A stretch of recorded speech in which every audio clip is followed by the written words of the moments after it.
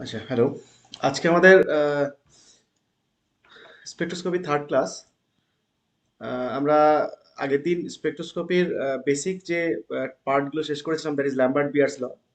হ্যাঁ, তো আজকে আমরা মেনলি ইনস্ট্রুমেন্টেশন অফ ইউভিজিবল স্পেকট্রোস্কোপি সেই জিনিসটা ডিসকাস করব, এবং তার আগে আমরা কয়েকটা জিনিস জেনে নেবো, যেমন ল্যাম্বার্ট বিয়ার্স ল ডেভিয়েশন, সেটা আমরা আগের দিন জাস্ট একটু শুরু করেছিলাম, যে পজিটিভ ডেভিয়েশন এবং নেগেটিভ ডেভিয়েশন হয় ল্যাম্বার্ট বিয়ার্স ল এর। হ্যাঁ, সেটা নিয়ে ডিসকাস করবো যে কেন হয়, কি কি কারণে হতে পারে সেই ডেভিয়েশন গুলো, যে স্ট্রেট লাইন প্লটটা কি করে কার্ভেচার হয়ে যাচ্ছে, এই ব্যাপারটা একটু ডিসকাস করবো। আর তারপরে আমরা মেন আমাদের যে ইনস্ট্রুমেন্টেশন পার্ট, যেটা ইউভি ভিজিবল স্পেকট্রোস্কোপির, সেই পার্টটাতে আমরা চলে যাবো আর কি। ঠিক আছে, তো আমরা শুরু করি। যে ডেভিয়েশন অফ ল্যাম্বার্ট বিয়ার্স ল, তার কারণ কি কি কারণে হতে পারে। তো আমরা আগের দিন যে একটু জাস্ট শুরু করি, যে আমরা ডেভিয়েশন অফ ল্যাম্বার্ট বিয়ার্স ল বলতে আমি কি বুঝেছিলাম।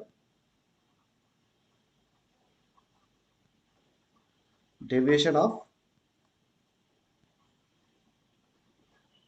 ল্যাম্বার্ট বিয়ার্স ল। দেখো, আগে আমরা আগের দিন যে ডেরিভেশনগুলো করেছিলাম, সেখানে আমরা পেয়েছিলাম absorbance A is equal to epsilon into C into L, যেখানে এপসাইলন হচ্ছে কি না, অ্যাবজর্পটিভিটি কনস্ট্যান্ট, সি হচ্ছে কনসেন্ট্রেশন, আর এল হচ্ছে পাথ লেন্থ। ওকে, এটা বলা হয়েছিল। এবার এখান থেকে আমরা যদি অ্যাবজর্বেন্স ভার্সেস কনসেন্ট্রেশনের প্লট করি, তাহলে আমরা কি প্লট পাই? আমরা বলেছিলাম যে একটা প্লট পাই যেটা স্ট্রেট লাইন প্লট হবে, তাই না? এটা স্ট্রেট লাইন প্লট হবে। স্ট্রেট লাইন প্লটটা যদি হয়, তাহলে কিরকম প্লট হবে? সেটা অরিজিন দিয়ে যাবে, তাই না? অরিজিন দিয়ে যাবে, এটা হচ্ছে অ্যাবজর্বেন্স ভার্সেস কনসেন্ট্রেশন। তাহলে কি হবে? Y equal to M X. তাহলে এটা স্ট্রেট লাইন প্লট হবে। এবার এটা হচ্ছে থিওরিটিক্যাল, মানে আমার A equal to epsilon C L যে ইকুয়েশন, সেখান থেকে এই প্লটটা আমাদের আসে। হ্যাঁ, কিন্তু আমরা বলেছিলাম যে বাস্তবে ইন রিয়ালিটিতে যেটা হয় সেটা হচ্ছে যে এরকম স্ট্রেট লাইন প্লট তুমি পাবে না। যখন তুমি প্র্যাকটিক্যাল করবে, তখন দেখবে এরকম একদম স্ট্রেট লাইন প্লট তুমি পাবে না। তুমি কি পাবে? তার চেয়ে বরং তুমি পাবে যেটা হচ্ছে, সেটা হচ্ছে এরকম একটা ডেভিয়েটেড প্লট পাবে। এরকম ডেভিয়েটেড প্লট পাবে, সেটা পজিটিভ দিকে হতে পারে বা নেগেটিভ দিকে হতে পারে। ঠিক আছে, তো এটা হচ্ছে আমাদের থিওরিটিক্যাল প্লট। Theoretical plot. আর এটা হলো যখন ডেভিয়েটেড প্লট, মানে এটা হচ্ছে পজিটিভ ডেভিয়েশন। Positive deviation. আর এটা হলো নেগেটিভ ডেভিয়েশন। Negative deviation. তাহলে positive deviation and negative deviation, এই দুটো জিনিস ইন রিয়ালিটিতে হতে পারে। ঠিক আছে, এবার তাহলে এই যে পজিটিভ ডেভিয়েশন এবং নেগেটিভ ডেভিয়েশন হচ্ছে, তার মানে থিওরিটিক্যাল যে ক্যালকুলেশন থেকে যে আমাদের প্লটটা আসছে, সেই প্লটটা রিয়ালিটিতে আমরা পাচ্ছি না, একটু ডেভিয়েট করে যাচ্ছে। এখন প্রশ্ন হলো, এই ডেভিয়েশনের কজগুলো কি কি, মানে কি কি কারণে এই ডেভিয়েশনগুলো হতে পারে মূলত। শুনতে পাচ্ছ? হ্যাঁ দাদা। আচ্ছা, তো কি কি কারণে এই ডেভিয়েশনগুলো হতে পারে? তো সেটার জন্য আমাদের আহ, কিছু কারণ আছে, সেই কারণগুলো আমাদের পড়তে হবে আর কি। তো আমরা এখন পড়বো যে কজ অফ ডেভিয়েশন, কি কি কারণে হতে পারে।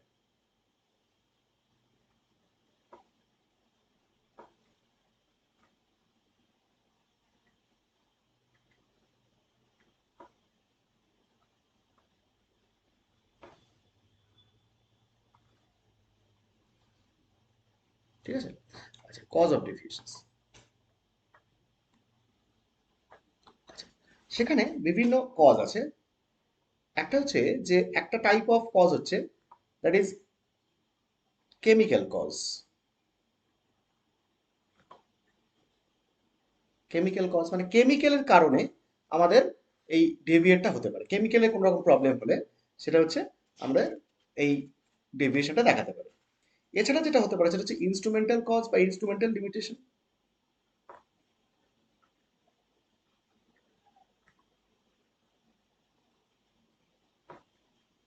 Instrumental limitation.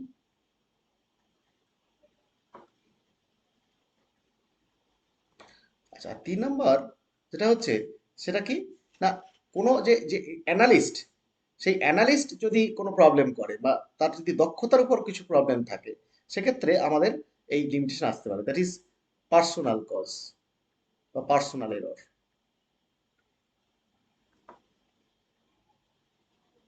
পার্সোনাল এরর, এই তিনটে মূলত কারণ, যে তিনটে কারণে তোমার ডেভিয়েশনটা আসতে পারে। হুম, তো আমরা একটা একটা করে জিনিসটাকে পড়বো যে কিভাবে মানে এইগুলো কাজ করে আর কি, কিভাবে এই লিমিটেশনগুলো আসে। হ্যাঁ,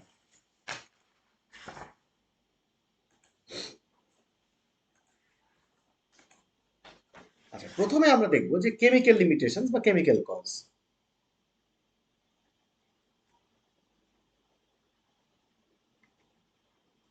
কেমিক্যাল লিমিটেশন, হ্যাঁ, এটা আগের দিনেরটাই, জাস্ট আগের দিনে একটা ড্র করেছিলাম আমরা লাস্ট।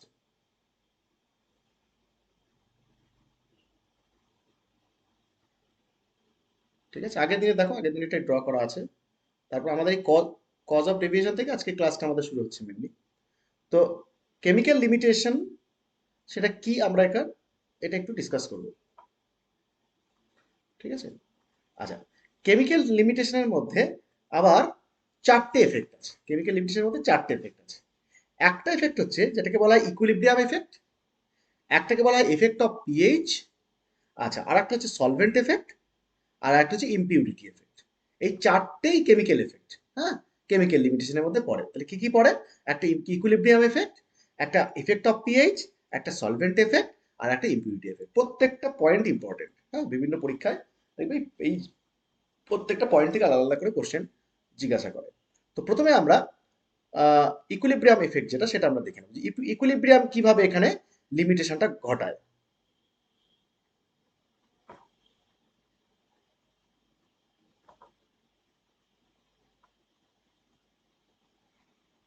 ইকুইলিব্রিয়াম এফেক্ট, ঠিক আছে। আচ্ছা, ইকুইলিব্রিয়াম এফেক্ট কি জিনিস? ধরো মানে, ধরো তুমি কোনো একটা সাবস্টেন্সের অ্যাবজর্বেন্স মাপবে, ঠিক আছে। ধরো অ্যাজ ফর এক্সাম্পল আমি ধরে নিচ্ছি Cr2O7, Cr2O7 2 মাইনাস। আচ্ছা, এর কালার কি কেউ বলতে পারবে? Cr2O7 এর কালার কি? বলো। অরেঞ্জ। তাহলে এর কালারটা হচ্ছে অরেঞ্জ। তো অরেঞ্জ যদি হয় তাহলে তার ল্যামডা হচ্ছে, অরেঞ্জ কালারের ল্যামডা ম্যাক্সটা হচ্ছে তোমার 348 পিকোমিটার। ঠিক আছে, 348 পিকোমিটার ল্যামডা ম্যাক্স। তাহলে এখানে অরেঞ্জ কালারের জন্য ল্যামডা ম্যাক্স অ্যাবজর্ব করে 348 পিকোমিটার। এবার তুমি যখন এই Cr2O7টার অ্যাবজর্বেন্স মাপবে, হ্যাঁ, অ্যাবজর্বেন্স মাপবে, তখন দেখা যাবে কি হবে না, 348 ল্যামডা ম্যাক্স সে অ্যাবজর্ব করবে। কিন্তু বাস্তবে যেটা হবে, যখন তুমি Cr2O7, তো আর তুমি শুধু নিয়ে মানে ল্যামডা ম্যাক্স মাপতে পারবে না, এটা তো একটা সলিড কম্পাউন্ড। তো এই সলিড কম্পাউন্ডটাকে কি করতে হবে? জলে ডিজলভ করতে হবে ফার্স্ট, তাই না? জলে ডিজলভ করতে হবে। তো Cr2O7কে যদি জলে ডিজলভ করো না, তাহলে যেটা হয় সেটা না, ও একটু ভেঙে গিয়ে কিছু পরিমাণ 2H Cr O4 এই কম্পাউন্ডটা তৈরি করে। এবং এ আবারও ফার্দার ভেঙে গিয়ে আলটিমেটলি সে 2H+, মানে এটা আয়নে ভেঙে যায়, 2H+ প্লাস Cr O4 2- এই কম্পাউন্ডটা তৈরি করে কিছুটা পরিমাণ। তার মানে কি, তুমি যখনই এই Cr2O7, এই Cr2O7কে জলে ডিজলভ করবে, সে কিন্তু সে কিন্তু সাইমালটেনিয়াসলি এই কম্পাউন্ডটার সঙ্গে সঙ্গে এই কম্পাউন্ডটাও কিছুটা পরিমাণ তৈরি করবে সলিউশনের মধ্যে, তাই না? ইকুইলিব্রিয়ামে থাকবে, দুটো দুটো সাবস্টেন্স ইকুইলিব্রিয়াম থাকবে ইন সলিউশন। আচ্ছা, এবার এইটা যদি হয় তাহলে দেখো এর কালার হচ্ছে কি জানো? Cr O4 2- এর কালার কেউ বলতে পারবে? এর কালারটা হচ্ছে ইয়েলো। হ্যাঁ, এগুলো প্র্যাকটিক্যালি তোমরা এই কম্পাউন্ডগুলো হ্যান্ডেল করলে তোমরা এই কালারগুলো দেখতে পেতে আর কি। তো ইয়েলো কালার, এবার এই ইয়েলো কালারটা হচ্ছে কি, এটা ইয়েলো কালার, এটা হচ্ছে অরেঞ্জ কালার। এবার এই ইয়েলো কালার যেহেতু, তাহলে অ্যাবজর্বেন্স আলাদা কিছু হবে। তো এর ল্যামডা ম্যাক্সটা হচ্ছে 372 পিকোমিটার, 372 পিকোমিটার। তাহলে দেখো যে এটা হচ্ছে অরেঞ্জ কালার, এটা ইয়েলো কালার। এবার যদি শুধু তুমি যখন Cr2O7 এর অ্যাবজর্বেন্স মাপবে, তাহলে সলিউশনে তাকে ডিজলভ করবে। এবার সলিউশনে যদি তুমি ডিজলভ করো, তাহলে কি তুমি শুধু Cr2O7 সলিউশনের মধ্যে পাচ্ছ? তুমি তা পাচ্ছ না। তুমি কি পাচ্ছ? তার বদলে তুমি তার সঙ্গে সঙ্গে কিছু পরিমাণ CrO4 2- পাচ্ছ। তাহলে এবার বলো, যখন ইনস্ট্রুমেন্ট অ্যাবজর্বেন্স মাপবে, তখন সে কি শুধু Cr2O7 2- এর রিডিংটাই নেবে, নাকি মিক্সচার অফ Cr2O7 এবং CrO4 এর রিডিংটা নেবে? কোনটা নেবে? মিক্সচারটা নেবে। তাহলে তুমি থিওরিটিক্যালি ভাবছো, মানে তুমি থিওরিটিক্যালি ভাবছো যে Cr2O7 এর অ্যাবজর্বেন্স আমি মাপছি, কিন্তু অ্যাকচুয়ালি ইনস্ট্রুমেন্ট কি মাপছে? ইনস্ট্রুমেন্ট Cr2O7 এর সঙ্গে সঙ্গে কিছু পরিমাণ CrO4 2- এর অ্যাবজর্বেন্সও মেপে নিচ্ছে।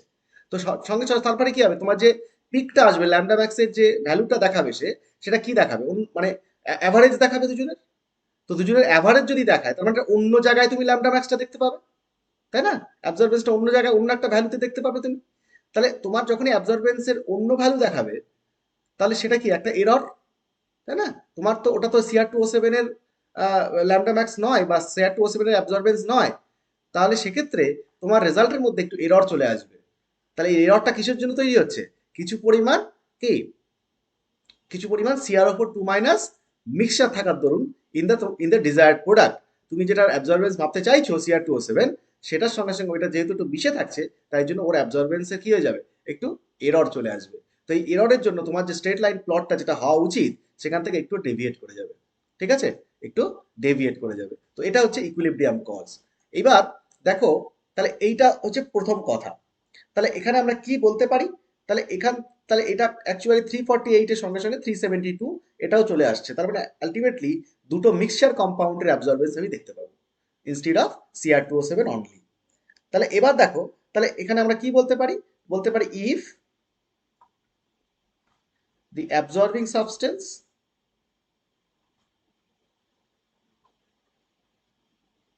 if the absorbing substance is in equilibrium with other species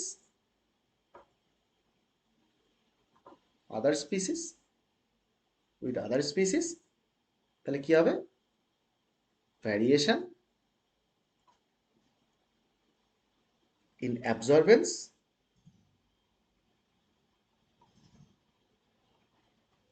হ্যাঁ, ভ্যারিয়েশন ইন অবজারভেন্স দেখা যাবে কিরকম, কিরকম ভাবে দেখা যাবে আরো দেখো। এখানে যদি আমি টেম্পারেচার বাড়াই, হ্যাঁ, টেম্পারেচারটা যদি ইনক্রিজ করি, তাহলে কোন দিকে ইকুইলিব্রিয়াম শিফট করবে? ফরওয়ার্ড। তাহলে ফরওয়ার্ড দিকে শিফট করবে।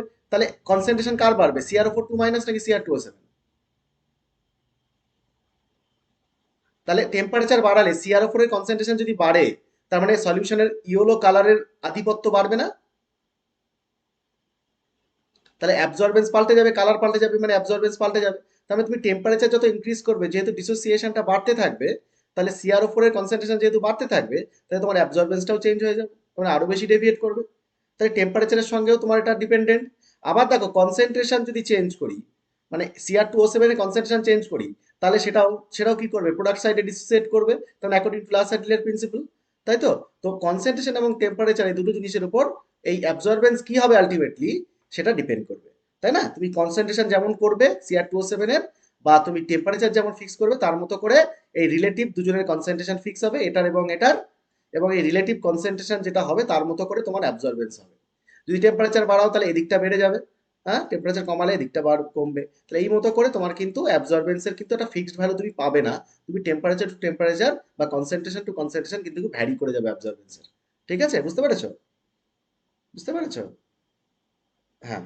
তাহলে absorbance with with temperature and concentration is to be expected, is to be expected, is to be expected। এটা গেল হচ্ছে ইকুইলিব্রিয়াম। এরকম অনেকগুলো এক্সাম্পল হয়, এটা হচ্ছে তার বেস্ট এক্সাম্পল, যেটা আমরা পড়লাম। হ্যাঁ, এইটাই এখান থেকেই একবার মানে নেটে কোশ্চেন এসেছিল যে মানে ইকুইলিব্রিয়াম এফেক্টের উপরে যে ডিপেন্ড করে তার একটা এক্সাম্পল, সেখানে ওই বিভিন্ন কম্পাউন্ড দিয়েছিল, তার মধ্যে Cr2O7 একটা কম্পাউন্ড ছিল, তোমাকে Cr2O7 2 মাইনাসে টিক মারার দরকার ছিল। ঠিক আছে, এরকম একটা কোশ্চেন তোমাকে দিয়েছিল। আচ্ছা বেশ, তাহলে এরকম একটা ব্যাপার। আচ্ছা এবার তাহলে এইরকম এই জিনিসটাকে দেখো, দেখো এই যে ইকুইলিব্রিয়ামটা, এই ইকুইলিব্রিয়ামটা কিসের উপর ডিপেন্ড করছে দেখো, ইকুইলিব্রিয়াম ডিপেন্ড করছে H প্লাস এর কনসেন্ট্রেশন, CrO4 2 মাইনাস এর কনসেন্ট্রেশন এবং Cr2O7 2 মাইনাস এর কনসেন্ট্রেশন। তাহলে এই যে এই ডান দিকের H প্লাস এর কনসেন্ট্রেশন যদি আমি চেঞ্জ করি, তাহলে সেই মতো করে ইকুইলিব্রিয়ামও চেঞ্জ হবে। তাহলে ইকুইলিব্রিয়াম চেঞ্জ হবে H প্লাস কনসেন্ট্রেশনের উপর ডিপেন্ড করছে কোন দিকে যাবে। H প্লাস কনসেন্ট্রেশন যদি বাড়িয়ে দিই তাহলে কোন দিকে যাবে রিয়াকশন, বলো? H প্লাস কনসেন্ট্রেশন যদি বাড়িয়ে দিই তাহলে কোন দিকে যাবে? এদিকে যাবে না, ব্যাকওয়ার্ড যাবে না? হ্যাঁ, তাহলে কম, আর H প্লাস কনসেন্ট্রেশন কমিয়ে দিলে ডান দিকে যাবে। তাহলে H প্লাস কনসেন্ট্রেশনের উপর ডিপেন্ড করছে, তাই না? তাহলে H প্লাস কনসেন্ট্রেশন যদি ফিক্স করে দিই তাহলে এদের দুজনের রেশিওটাও ফিক্স থাকবে না? দেখো তো, ফিক্স থাকবে। তো H প্লাস কনসেন্ট্রেশনটাকে ফিক্স করে দেওয়ার জন্য আমাকে কি ইউজ করতে হবে বলো দেখি, কেউ বলতে পারবে? অ্যাসিডিটি কনস্ট্যান্ট করে দেওয়ার জন্য কি ইউজ করি আমরা? উই ইউজ এই বাফার, তাই না? We use buffer solution for this type of, for this type of analyte.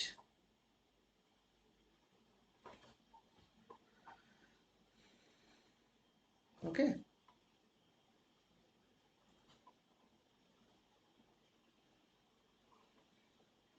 আচ্ছা এবার হচ্ছে effect of pH.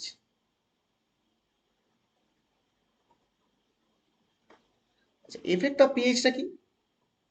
Effect of pH আছে এখানে মেনলি এরকম ভাবে জিনিসটাকে বোঝা হয়, কিছু কিছু কম্পাউন্ড আছে যেমন ধরো সিও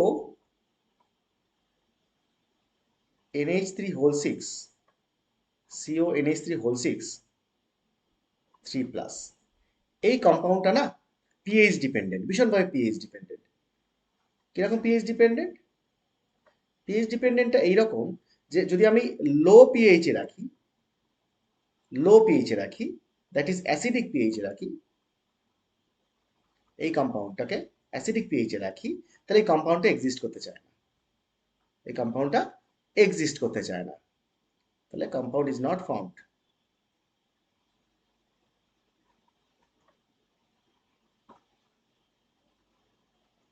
আর এদিকে যদি হাই পিএইচে করে দিই, এটা দ্যাট ইজ বেসিক পিএইচ, সেটা করে দিই, তাহলে এই কম্পাউন্ড ফর্ম হয়, মানে এক্সিস্ট করে, কম্পাউন্ড ইজ ফর্মড। তাহলে তার মানে আমাকে এই কম্পাউন্ডটাকে যদি অ্যাবজর্বেন্স মাপতে হয় তাহলে এই কম্পাউন্ডটাকে টিকিয়ে রাখতে হবে। তো এই কম্পাউন্ডটাকে যদি টিকিয়ে রাখতে হয় বা কম্পাউন্ড ফর্ম হয়ে থাকতে হয় তাহলে আমি পিএইচ কিরকম পিএইচ চুজ করবো, লো পিএইচ আর হাই পিএইচ? হ্যাঁ, হাই পিএইচ। তার মানে এর অ্যাবজর্বেন্স আমাকে যদি ঠিকঠাক মাপতে হয় তাহলে আমাকে পিএইচ চুজ করতে হবে হাই পিএইচ, মানে বেসিক পিএইচ। কিন্তু যদি আমি অ্যাসিডিক পিএইচ চুজ করি তাহলে আমার কি সমস্যা হবে বলো দেখি, কেউ বলতে পারবে?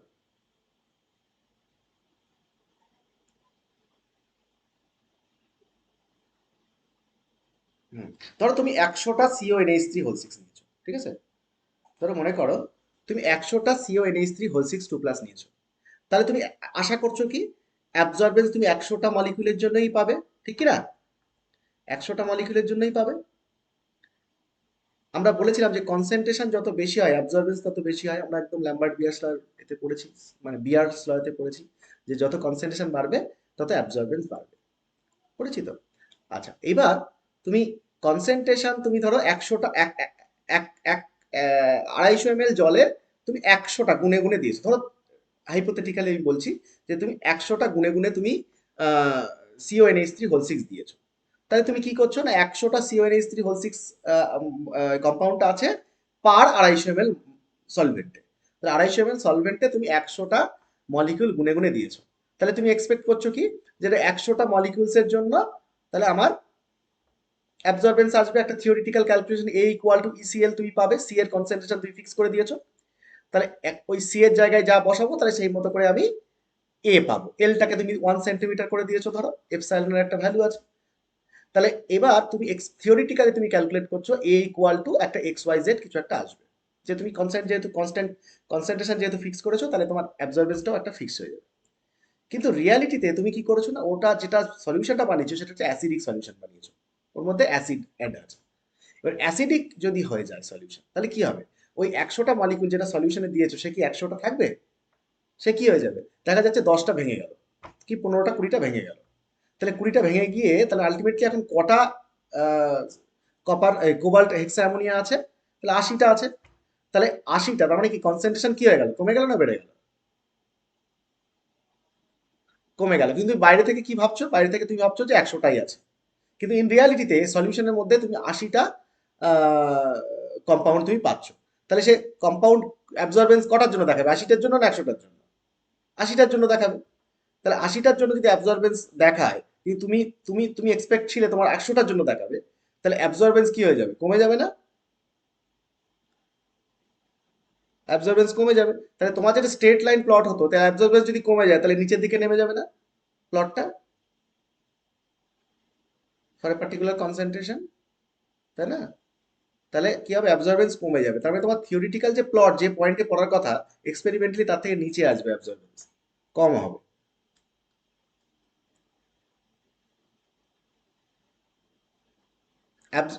এই প্লটটা যেটা, সেটা অ্যাবজর্বেন্স ভার্সেস কনসেন্ট্রেশন। এবার তার আগে তুমি যে এই যে এটা তো এ ইকুয়াল টু এপসাইলন সিএল, এই ইকুয়েশনটা, এখানে আমরা এই প্লটটা যেটা স্ট্রেট লাইন তুমি দেখতেই পাচ্ছ, এই যে অ্যাবজর্বেন্স এবং কনসেন্ট্রেশনের প্লটটা কি হচ্ছে? Y equal to M X না? এমটা কি? এমটা হচ্ছে এপসাইলন অ্যান্ড সিএল। এইটা হচ্ছে এম, এপসাইলন কনস্ট্যান্ট, এলটাকে আমি ওই কিউবেটের যে লেন্থ, সেটাকে আমি যদি কনস্ট্যান্ট করে দিই, 1 সেন্টিমিটার করে দিই, তাহলে এটাও কনস্ট্যান্ট হয়ে গেল। আর এপসাইলনটা তো পারমিট তোমার কি বলে অ্যাবজর্পটিভিটি, ওটাও কনস্ট্যান্ট। তাহলে হয়ে গেল শুধু এক্স এর সঙ্গে ভ্যারিয়েবল। এবার কনসেন্ট্রেশন তুমি চেঞ্জ করো, ওয়াই চেঞ্জ হবে। এবার তুমি 100 যদি বসাও এখানে, 100টা, বা কনসেন্ট্রেশন তুমি জাস্ট 1 মোলার বসালে, তাহলে 1 মোলার বসালে তার জন্য ওয়াই ফিক্স। কিন্তু তুমি অ্যাকচুয়ালি যখন অ্যাসিডিক মিডিয়ামে করবে, তখন এটা ভেঙে গিয়ে তার মনে করো 0.8 মোলার হয়ে গেল। তাহলে তাহলে কি হবে? এটা ওয়াই এর জায়গায় লেস দ্যান ওয়াই দেখাবে, তাই না? তাহলে প্লটটা এখানে পয়েন্ট দেখানোর কথা, সেটা এখন কোথায় দেখাবে? এখানে না, পয়েন্টটা, বুঝতে পারছো? তাহলে কনসেন্ট্রেশন কমে যাচ্ছে আলটিমেটলি সলিউশনের মধ্যে, তাহলে অ্যাবজর্বেন্সও কমে যাবে, তাহলে তোমার নেগেটিভ ডেভিয়েশন দেখা যাবে। ক্লিয়ার? বুঝতে পারছো?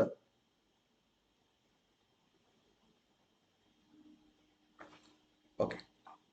তাহলে আমাদের এখানে কিন্তু পিএইচ এখানে একটা রোল প্লে করছে। তাহলে আমাকে যদি মানে ম্যাক্সিমাম অ্যাবজর্বেন্স দেখাতে হয়, ঠিকঠাক দেখাতে হয় রেজাল্ট, তাহলে আমাকে পিএইচটা কিরকম চুজ করতে হবে? বেসিক পিএইচ কোন কম্পাউন্ডের জন্য? এই কম্পাউন্ডের জন্য। কিন্তু অন্যান্য কম্পাউন্ড আবার যখন হবে, সেখানে দেখা যাবে অ্যাসিডিক পিএইচ চুজ করতে হবে। তার মানে pH is a important factor for the determining of absorbance. মানে অ্যাবজর্বেন্স মাপার জন্য পিএইচ একটা ভীষণ ইম্পর্টেন্ট ফ্যাক্টর। তাহলে যেমন এই কম্পাউন্ডের জন্য হাই পিএইচ লাগবে, আবার অন্য কোনো কম্পাউন্ডের জন্য দেখা যাচ্ছে লো পিএইচ লাগবে। তো সেই রকম ভাবে আমাদেরকে কিন্তু পিএইচটা এখানে একটা ইম্পর্টেন্ট রোল প্লে করছে। হ্যাঁ। তো তাহলে এখানে আমরা লিখে দিই যে pH is very important, is very important factor for determining absorbance. ঠিক আছে?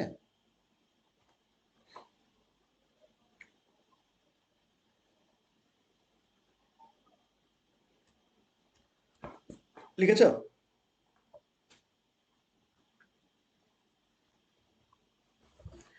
সি 3 নম্বর হচ্ছে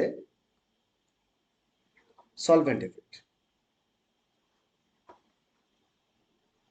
সলভেন্ট এফেক্ট, আচ্ছা সলভেন্ট এফেক্ট কি? সলভেন্ট এফেক্ট হচ্ছে এরকম, ধরো মনে করো যে মিথানল, হ্যাঁ, CH3OH, হ্যাঁ, CH3OH, এটা হচ্ছে মিথানল। এবার এই CH3OH-টা তুমি কি করলে না, জলের মধ্যে দিয়ে দিলে। তাহলে জলের মধ্যে যখনই দেবে, তাহলে জলটা হচ্ছে সলভেন্ট, এটা হচ্ছে আমার সাবস্টেন্স, তুমি CH3OH এর অ্যাবজর্বেন্স পাচ্ছ। এবার কি হবে? এটা হচ্ছে আমার সলভেন্ট, তো হ্যাঁ, এটা হচ্ছে আমার সাবস্ট্রেট। এবার আমি এটার অ্যাবজর্বেন্স মাপতে চাইছি। তাহলে এইটার যখন অ্যাবজর্বেন্স মাপতে চাইছি, জল এখানে যদি রোল প্লে করে দেয় তাহলে গন্ডগোল হয়ে যাবে। জল এখানে ইনার্ট হিসেবে পড়ে থাকতে হবে, কোনো এখানে কোনো যেন কোনো রিয়াকশনে কোনো হ্যাম্পার না করে। তাহলে সেটা ক্ষেত্রে আমাদের সবচেয়ে ঠিকঠাক রেজাল্ট আসবে। কিন্তু যেটা হয় সেটা হচ্ছে জলের কটা লোন পেয়ার আছে? দুটো। ও কি করে, CH3OH যেটা আছে, ধরো এইটা আছে তো, CH3OH, CH3OH এর সঙ্গে এই যে দেখো CH3OH, এটা এবার দেখো যে অক্সিজেন ওয়াটার মলিকিউল, এটার সঙ্গে কি হয়, একটা হাইড্রোজেন বন্ড করে দেয়। এই হাইড্রোজেন বন্ড করে দেয়। তাহলে এই হাইড্রোজেন বন্ড যদি হয়, তাহলে এই মলিকিউল সলভেন্টের সঙ্গে এই সাবস্ট্রেটের একটা ইন্টারাকশন তৈরি হলো না? হ্যাঁ, তাহলে তাহলে এটাকে বলা হবে সলভেন্ট অ্যানালাইট বা substrate অ্যানালাইট interaction.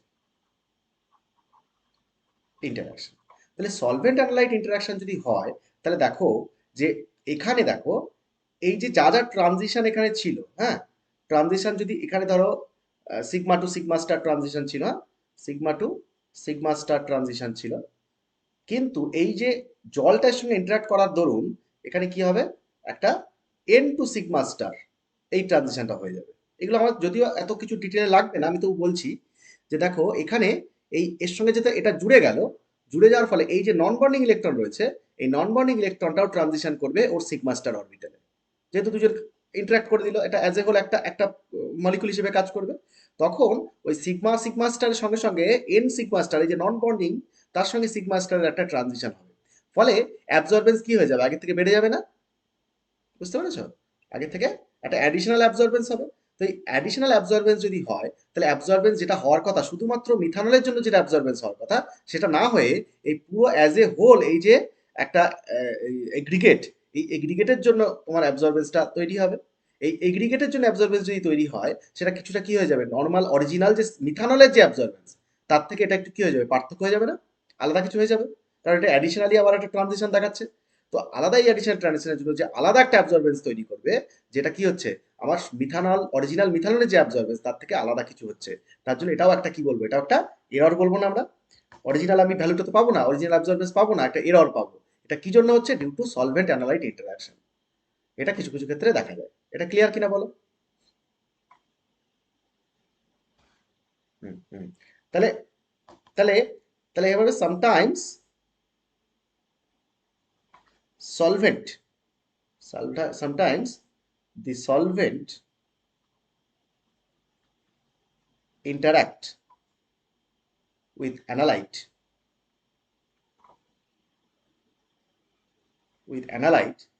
and formed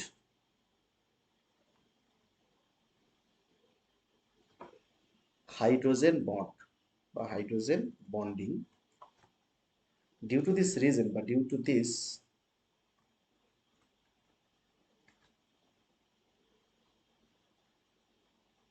reason, the value of lambda max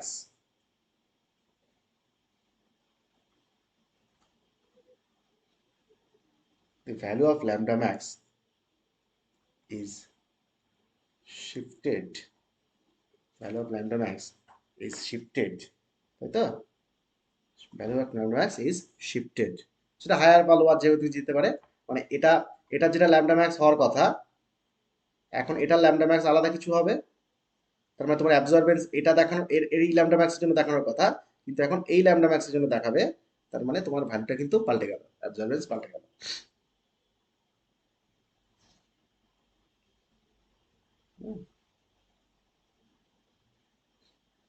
ঠিক আছে?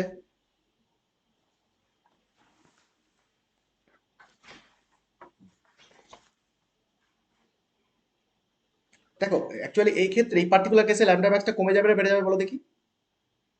বলতে পারো? কেন বলো তো দেখি? এই দেখো, এটা হচ্ছে সিগমা, এটা সিগমা স্টার, আর নন বন্ডিংটা কোথায় থাকে, মাঝে থাকে না? ঠিক আছে? এবার এইখান থেকে এইখানে ট্রানজিশন হচ্ছিল এমনিতে মিথানলের জন্য, তাহলে এই গ্যাপটা তো অনেকটা বেশি।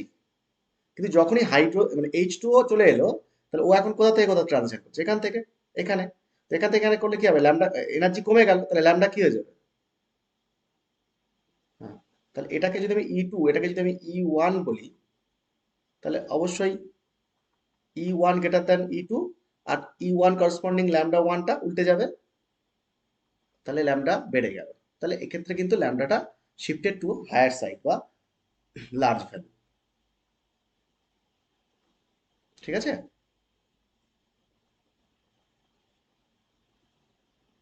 ওকে। আচ্ছা, এবার হচ্ছে 3 নাম্বার, যেটা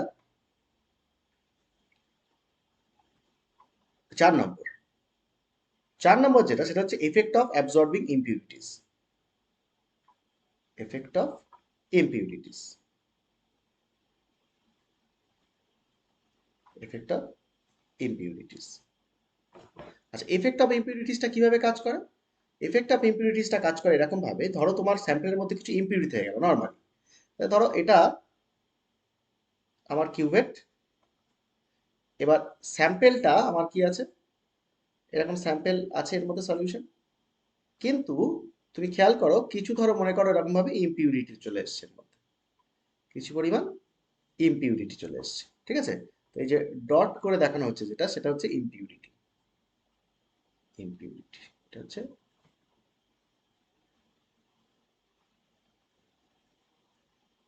ইম্পিউরিটিস। হ্যাঁ, বলো।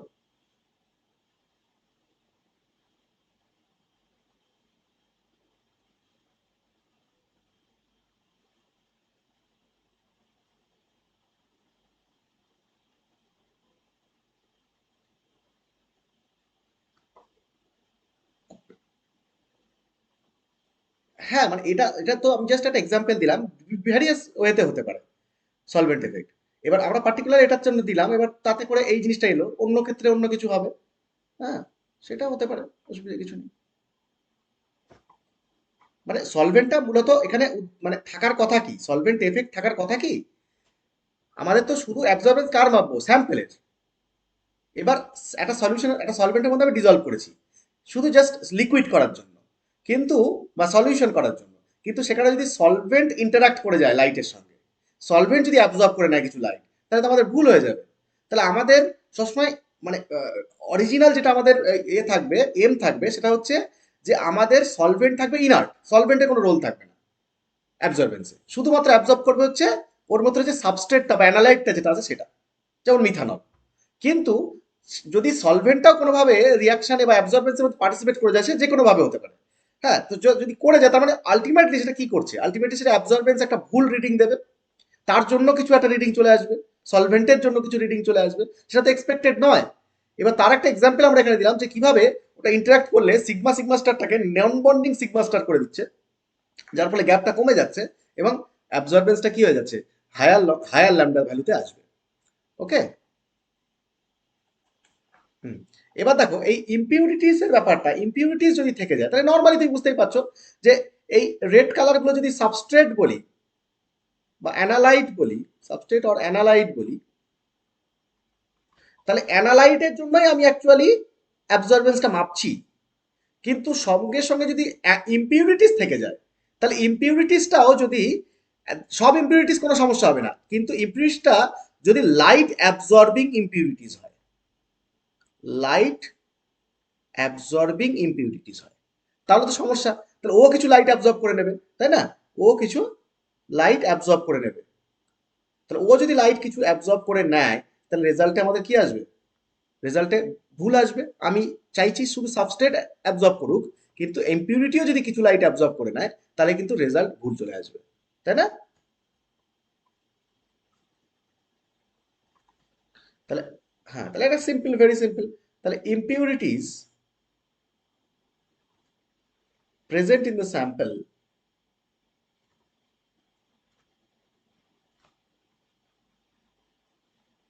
sample may also absorb light,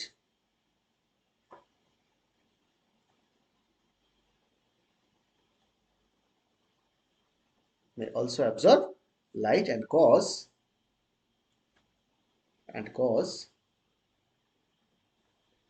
deviation of Lambert-Beer scale.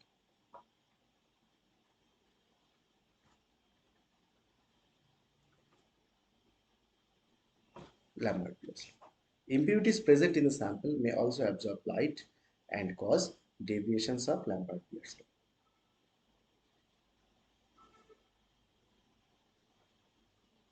Deviation of Lambert-Beers law. লিখেছো? আচ্ছা, এইটা আমাদের এই যে চারটে জিনিস হলো, effect of impurity, solvent effect, effect of pH এবং ইকুইলিব্রিয়াম এফেক্ট। এইটা হচ্ছে কি লিমিটেশন না কেমিক্যাল লিমিটেশন, মানে কেমিক্যালের কারণে কি কি লিমিটেশন, সেটা ইকুইলিব্রিয়াম এফেক্ট হতে পারে, তারপর সলভেন্ট এফেক্ট হতে পারে, পিএইচ এফেক্ট হতে পারে, বা ইম্পিউরিটি এফেক্ট হতে পারে। এটা হয়ে গেল আমাদের ইকুইলিব্রিয়াম এই কেমিক্যাল এফেক্ট। এরপরে আমাদের 2 নম্বর আছে কি না ইনস্ট্রুমেন্টাল লিমিটেশন। তুমি যে ইনস্ট্রুমেন্টটা ব্যবহার করছো, ইনস্ট্রুমেন্টাল লিমিটেশন।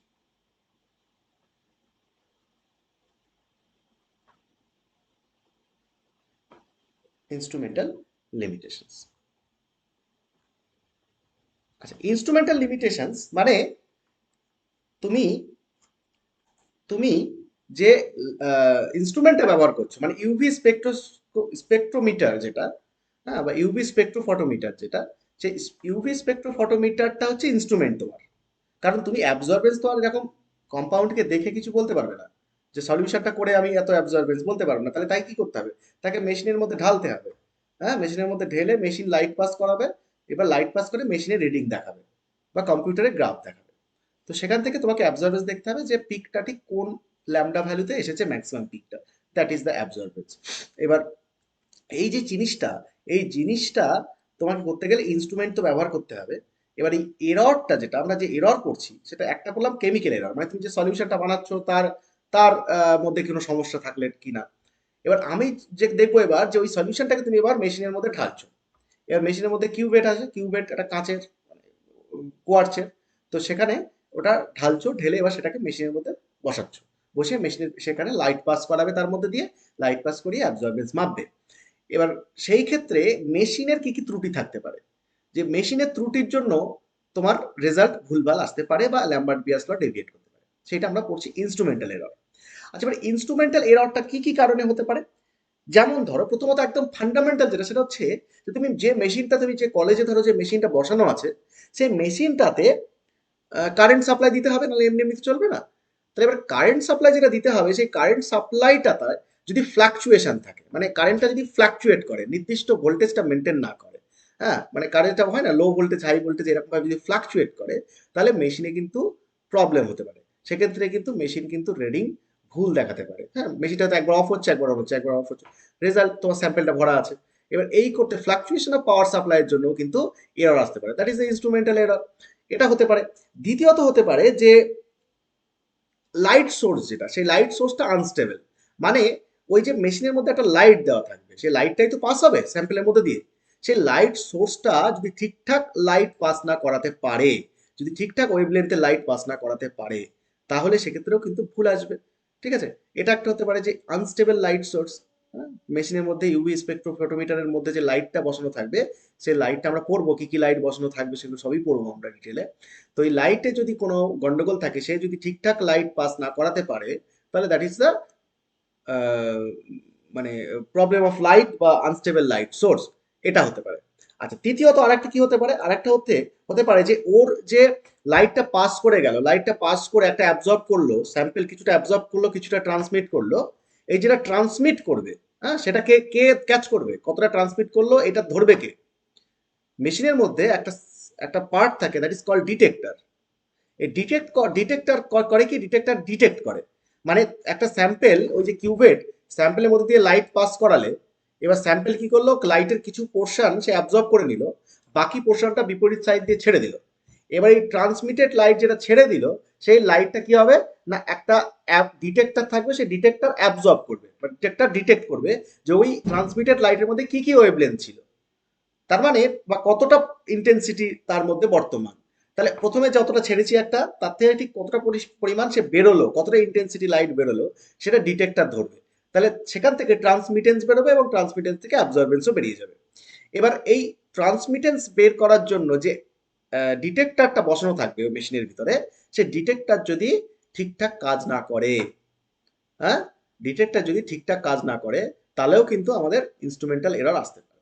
ঠিক আছে? তো এরকম ভ্যারিয়াস প্রবলেম আছে যে ইনস্ট্রুমেন্ট যদি ভুলভাল কাজ করে তাহলে কিন্তু আমরা কি কি জিনিস পেতে পারি, এই জিনিসটা আমরা কিন্তু আহ, মানে দেখতে পারবো আর কি।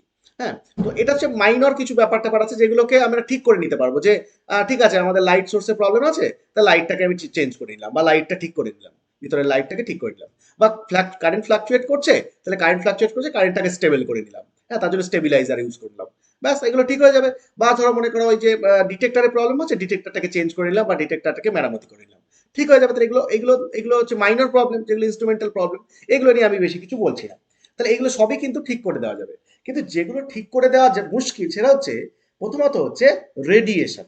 রেডিয়েশন যেটা লাইট সোর্স, যেটা যেটা লাইট ছাড়বে, সে লাইটটা তোমার কি হতে পারে, স্যাম্পেলের মধ্যে দিয়ে যখন পাস হবে, স্যাম্পেলের মধ্যে দিয়ে যখন পাস হবে, সে পার্টিকুলার একটা ওয়েভ লেন্থই পাস করতে হবে, তো একটা ওয়েভ লেন্থই পাস করতে হবে, এবং তার একটা ইন্টেন্সিটি থাকবে, সেই ইন্টেন্সিটির কিছু পরিমাণ পোর্শন এই স্যাম্পেল অ্যাবজর্ব করে নেবে।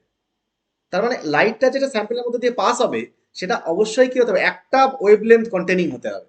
তো একটা ওয়েভ লেন্থ কন্টেনিং লাইটকে কি বলা হয়, মনোক্রোমাটিক লাইট, তাই না? আমরা বলছিলাম কালারে। তো মনোক্রোমাটিক লাইট যেখানে একটাই ওয়েভলেন্থ থাকে, যে রেডিয়েশনের মধ্যে একটাই ওয়েভলেন্থ থাকে, দ্যাট ইজ মনোক্রোমাটিক লাইট। আর যদি একাধিক ওয়েভলেন্থ থাকে তাহলে তাকে আমরা কি বলি, তাকে আমরা বলি কি, পলিক্রোমাটিক লাইট। পলিক্রোমাটিক লাইট। তাহলে পলিক্রোমাটিক লাইট আর মনোক্রোমাটিক লাইট, তাহলে আমাদের এই যেটা ইউভি স্পেকট্রোফটোমিটার এখানে স্যাম্পেলের মধ্যে দিয়ে যেটা পাস করে, দ্যাট ইজ মনোক্রোমাটিক লাইট। এবার মনোক্রোমাটিক লাইটের বিভিন্ন ইন্টেন্সিটি, তুমি যত যত ইন্টেন্সিটি বাড়াতে পারো, ইন্টেন্সিটি দেবে একটা নির্দিষ্ট ইন্টেন্সিটি, ও পার্টিকুলার একটা ইন্টেন্সিটি অ্যাবজর্ব করে নেবে, বাকিটাকে ছেড়ে দেবে।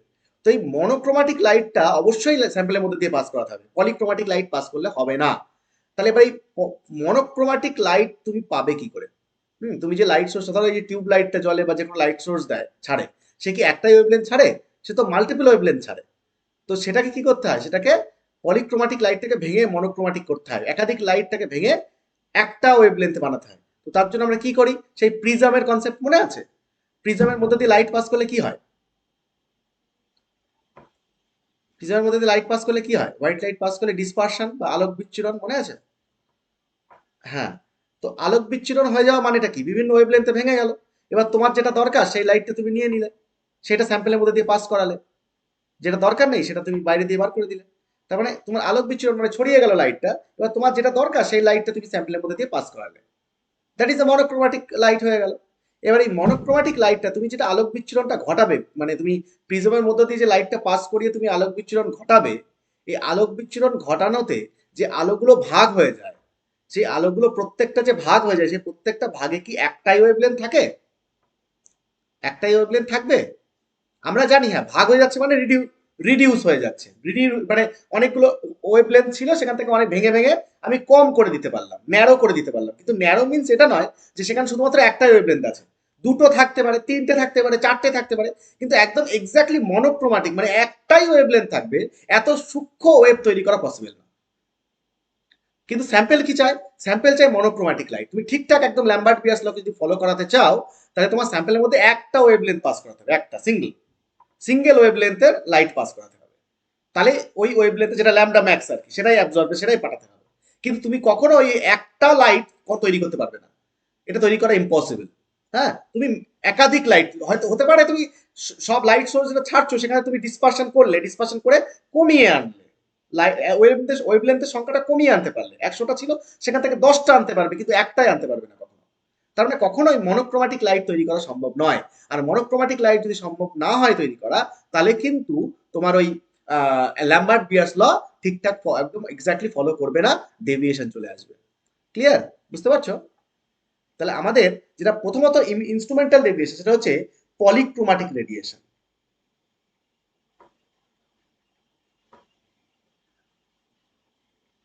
পলিক্রোমাটিক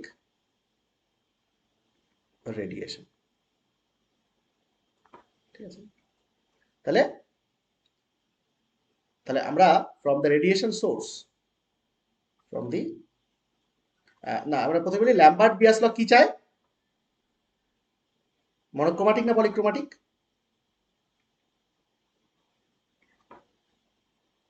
Lambert-Beer's law is only applicable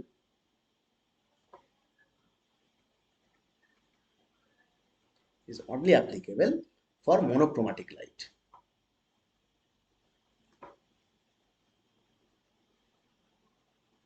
For monochromatic radiation. For monochromatic radiation. But আমরা কি সেটা তৈরি করতে পারবো? উত্তর হচ্ছে না। But from radiation source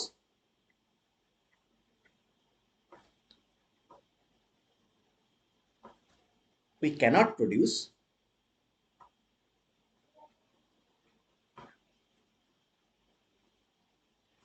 produce monochromatic light.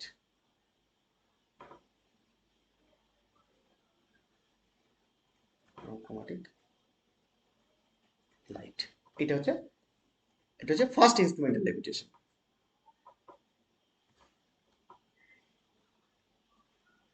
Monochromatic লাইটটা কেন হচ্ছে না? কারণ হচ্ছে ডিসপারশনটা। ধরো মনে করো একটা প্রিজম, হ্যাঁ, একটা প্রিজম। এবার তুমি এখান থেকে লাইটটা পাস করাচ্ছ, এখানে অনেকগুলো লাইট রেজ আছে, এখানে অনেকগুলো ওয়েভলেন্থ আছে, হ্যাঁ। এবার এই যখন এই পদ্ধতিতে পাস করবে তখন এটা ভেঙে যাবে না? ভেঙে যাবে তো, বিভিন্ন ওয়েভলেন্থে ভেঙে যাবে তো। এবার যখন এই যে এইগুলো ভাঙছে বিভিন্ন লাইটে, এবার তুমি এই লাইটটা কি করবে? তোমার দরকার, ধরো মনে করো এই ওয়েভলেন্থটা তোমার অ্যাবজর্ব করবে। তো এইটাকে তুমি স্যাম্পেলের মধ্যে দিয়ে পাস করাতে চাইছো, তাই তো? এটা স্যাম্পেলের মধ্যে দিয়ে পাস করাতে চাইছো। কিন্তু যখন তুমি এইটাকে এই যে পাস করাতে চাইছো, এই যে এর মধ্যেই আবার একটা লাইট থাকবে না, কখনোই সম্ভব না। এর মধ্যে একাধিক লাইট থাকবে, বুঝতে পেরেছো? এটা একটা ব্যান্ড হিসেবে থাকবে। তো যেখানে মিনিমাম ধরো দুটো তিনটে যদি থাকে, তাহলে সেটা তো মনোক্রোমাটিক আর হলো না। তুমি কখনো একদম একটাকে আইসোলেট করতে পারবে না। মানে ডিসপারশনটা এতটা সূক্ষ্ম হবে না যে ওখান থেকে তুমি একদম একটা ওয়েভকে আলাদা করে নিতে পারবে। সেই যেটা আলাদা হবে তার মধ্যেও দুটো তিনটে চারটে পাঁচটা লাইট ওয়েভ থেকে যাবে, ডিফারেন্ট ল্যান্ডার। বুঝতে পারলে কি বলছি? বুঝতে পারছো?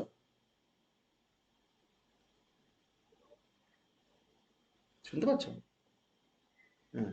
তারপরে এর মধ্যে থেকে তুমি কখনো এই লাইটকে কখনো অতটা ভাগ করতে পারবে না, একদম একটা ওয়েভকে আলাদা করে আইসোলেট করতে পারবে না, অত সূক্ষ্মভাবে মানে ডিসপারশন করাটা সম্ভব না, বুঝলে? ওই জন্য কখনোই মনোক্রোমাটিক লাইট তৈরি করা পসিবল না। মানে আমরা থিওরিটিক্যালি বলবো মনোক্রোমাটিক, কিন্তু এক্সপেরিমেন্টালি কখনো সেটা পসিবল নয়। হ্যাঁ, কিছুটা হলেও সে মানে মাল্টিপল ওয়েভলেন্থের লাইট থাকবে তার মধ্যে। আচ্ছা, এরপর হচ্ছে মিসম্যাচড সেল। মিসম্যাচড সেল, সেল মানে কিউবেট। দেখো এই জায়গাটা একটু বলার আছে, এই জায়গাটা তোমরা কিছুই জানো না এখনো। দেখো আমাদের একটু পরেই আমরা পড়বো, হ্যাঁ, মিসম্যাচ সেলটা হেডিং দিয়ে নাও আগে,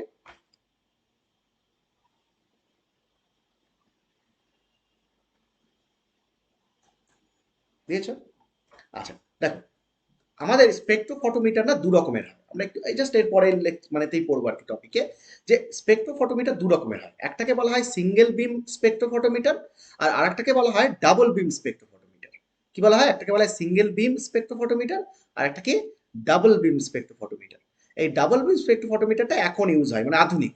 আর আগে এই সিঙ্গেল বিম স্পেকট্রোফটোমিটারটাকে ব্যবহার করা হতো। তো সিঙ্গেল বিম স্পেকট্রোফটোমিটারটা অনেক ঝামেলা আছে, হ্যাঁ, তার কিছু লিমিটেশনসও আছে, আমরা পড়বো সেগুলো সব ডিটেলে, যে সিঙ্গেল বিম স্পেকট্রোফটোমিটার কি এবং ডাবল বিম স্পেকট্রোফটোমিটার কি এবং তাদের মানে অ্যাডভান্টেজ ডিসঅ্যাডভান্টেজ কি আছে, এগুলো আমরা পড়বো।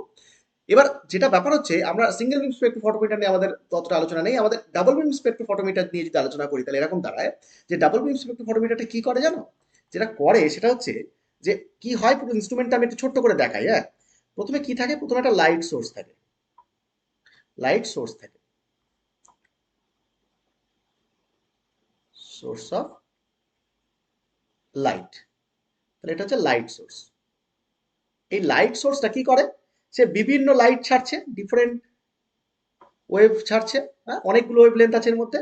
তো অনেকগুলো ওয়েভ লেন্থ যখনই থাকবে তখন কি করতে হবে? আমার তো স্যাম্পেলের মধ্যে দিয়ে সবগুলো ওয়েভ লেন্থ পাস করালে হবে না, আমাকে কি পাঠাতে হবে? একটাই ওয়েভ লেন্থ পাঠাতে হবে না? তাহলে এখানে যদি অনেকগুলো ওয়েভ থাকে, অনেকগুলো ওয়েভ লেন্থের ল্যাম্বডা থাকে, তাহলে আমাকে কি করতে হবে? আমাকে এই যে এতগুলো ওয়েভকে আমাকে ডিসপার্স করিয়ে যে কোনো একটা ওয়েভ লেন্থ আমাকে নিতে হবে। তাহলে ডিসপারশন করতে হবে। তাহলে ডিসপারশন কে করবে?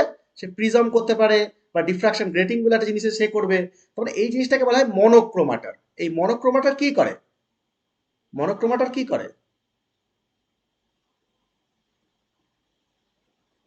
হ্যাঁ, তারপরে আলোক বিচ্ছুরণ ঘটাবে, আলোক বিচ্ছুরণ ঘটিয়ে এই এতগুলো ওয়েভকে ভেঙে দিয়ে আলটিমেটলি একটা ওয়েভকে সে পাঠাবে স্যাম্পেলের মধ্যে দিয়ে।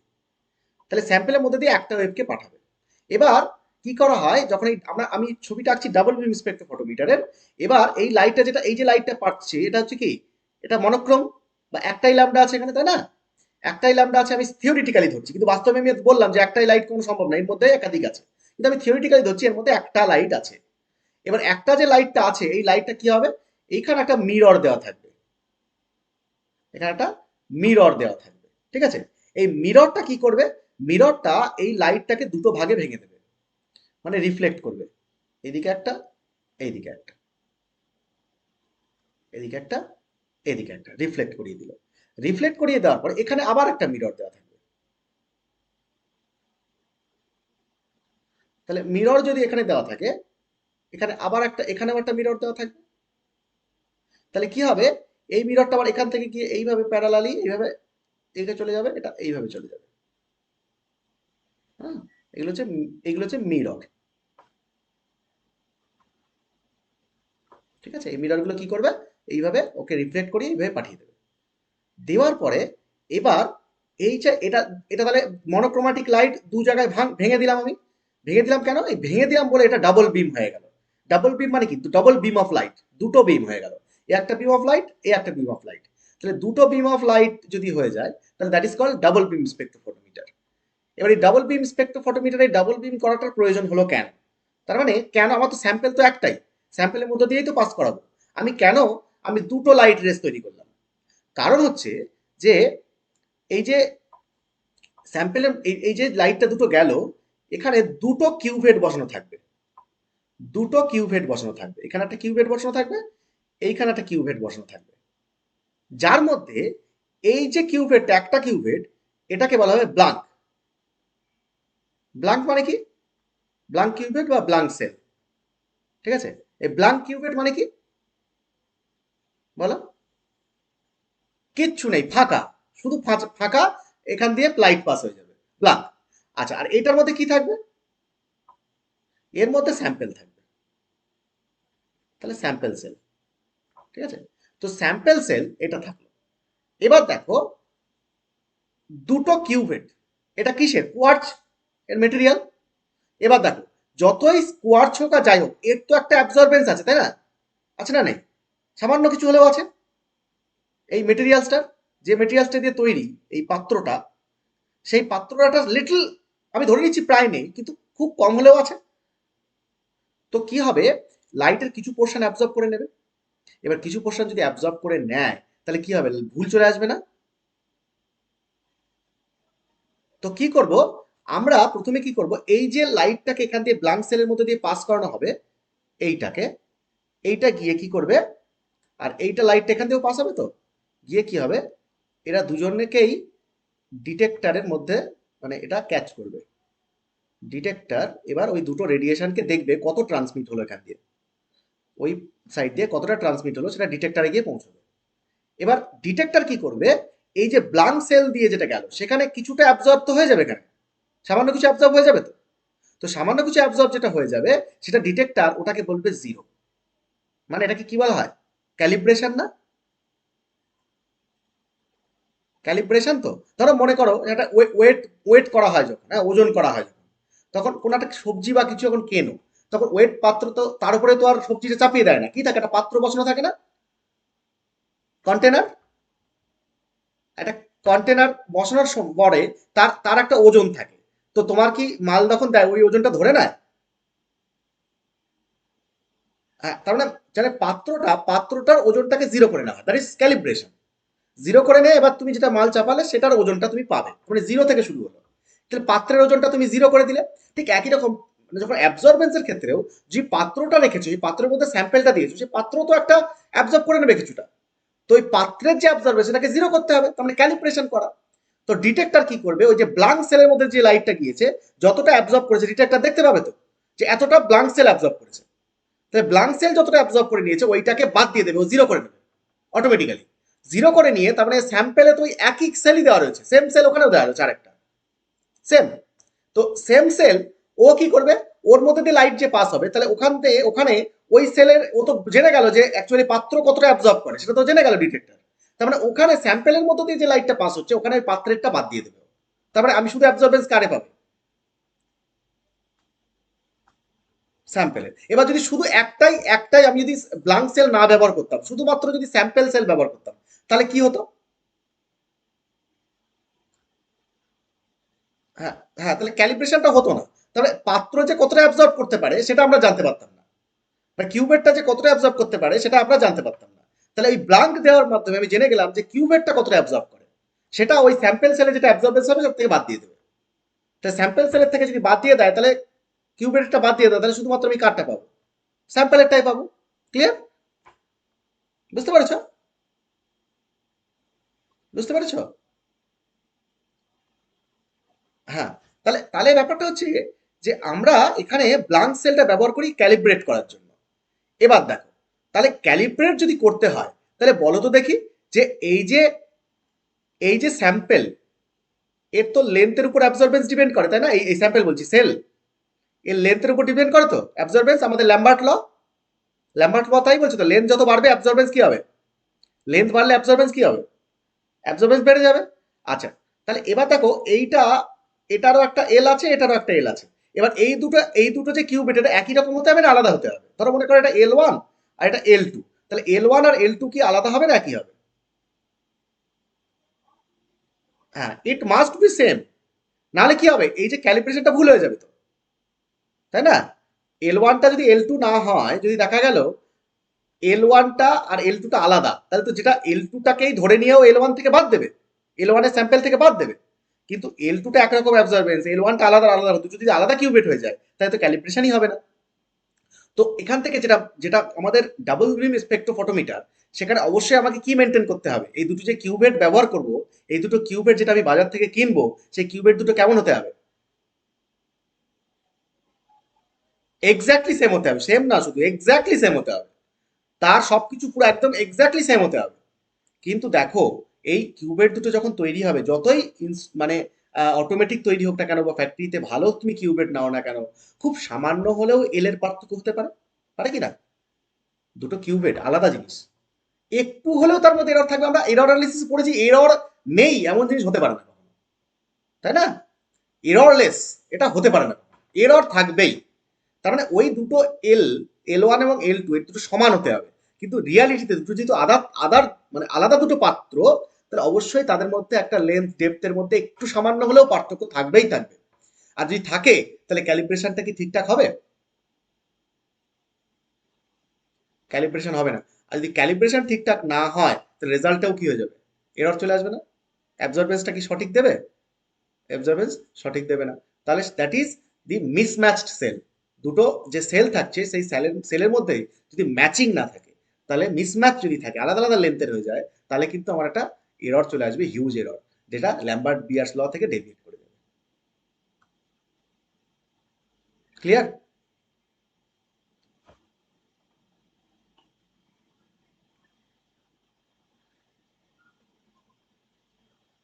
আরে ব্লাঙ্কটা কেন করছি, ধরো মনে করো একটা L2 আছে, এই L2টা অ্যাকচুয়ালি ক্যালিব্রেট করছে, L2টা ক্যালিব্রেট করছে কেন? কারণ L2-র মধ্যে দিয়ে লাইটটা যখন পাস করাচ্ছি, সে একটা অ্যাবজর্বেন্স দেখাচ্ছে হালকা কিছু, তাহলে সেই অ্যাবজর্বেন্সটা আমি স্যাম্পেল সেলের থেকে বাদ দেবো। তাহলে স্যাম্পেল সেলের থেকে বাদ দেবো মানে আমি ধরে নিচ্ছি স্যাম্পেল সেল যেটা আর কি, যেটা স্যাম্পেলের মধ্যে যে সেলটা আছে, স্যাম্পেল যে সেলটাই আছে, সেই সেলটাও আইডেন্টিক্যাল টু দিস L2, নাহলে বাদ দেবো কি করে? এবার এটা আইডেন্টিক্যাল অবশ্যই হতে হবে, নাহলে তুমি বাদ দেবে কি করে? এবার যদি এটা একরকম ওটা আর একরকম হয়ে যায়, তাহলে কি হয়ে যাবে? বাদ দিচ্ছ অথচ সেটা পুরোপুরি বাদ যাচ্ছে না, তাই না? ধরো মনে করো L1, আমি সিম্পলি বলছি, ধরো সিম্পলি একদম ধরো L1টা L2 থেকে বড় হয়ে গেল, L1টা L2 থেকে বড় হয়ে গেল, তাহলে তুমি L2-র যে অ্যাবজর্বেন্স, ধরো এটা A, এবার তুমি এখানে এই স্যাম্পল সেলে তুমি অ্যাবজর্বেন্স পেলে ধরো মনে করো A প্রাইম, তাহলে তুমি তাহলে স্যাম্পেলের অ্যাবজর্বেন্স কত পাবে তাহলে? এটা ধরো A আর ওটা A প্রাইম, তাহলে তোমার স্যাম্পেলের অ্যাবজর্বেন্স কত? A প্রাইম মাইনাস A, তাই তো? সেলটাকে বাদ দেবো তো, তাহলে এটা কার অ্যাবজর্বেন্স? ব্ল্যাঙ্ক সেলের। তো আমার এখানে এই সেলটা যে বাদ দেবো, তাহলে অ্যাকচুয়ালি তো আমার তো এই সেলটাকে বাদ দিতে হবে, L1। তো L1 শুড বি L2। এই সেলটা কি হতে হবে? এই সেল এই যে কাঁচের পাত্রটা এ অ্যাবজর্ব করছে সেটাকে বাদ দেবো তো আমি, তাহলে তো স্যাম্পেলের অ্যাবজর্বেন্স পাবো। তো এই এটা যেটা মাপছি কোথা দিয়ে কি করে মাপবো আমি? আমি এই ব্ল্যাঙ্ক দিয়ে মাপছি, তাহলে এই এটা আর এই এটা সেম হতে হবে। ঠিক আছে? বুঝতে পারছো নাকি বোঝাতে পারছি না?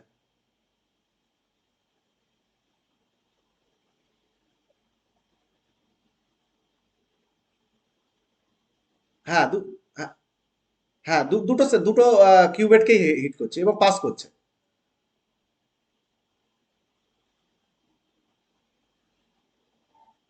হ্যাঁ, হ্যাঁ, অবশ্যই ট্রান্সমিট হচ্ছে তো।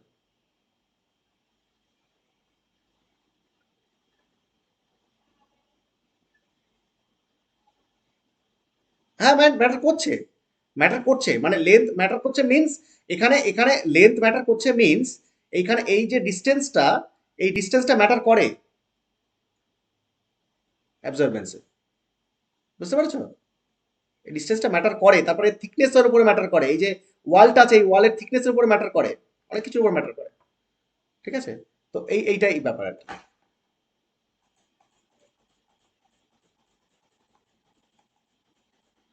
ঠিক আছে, তাহলে ক্লিয়ার? তাহলে আমাদের তাহলে কি হতে হবে? আমাদের L1টা কি হতে হবে? L2 এর সঙ্গে সমান হতে হবে, আদারওয়াইজ এরর চলে আসবে। ক্লিয়ার? তাহলে কি হবে? Sometimes the length of sample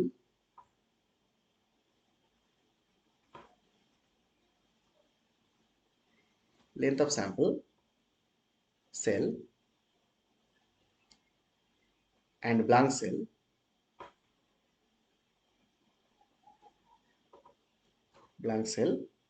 are not equal in length,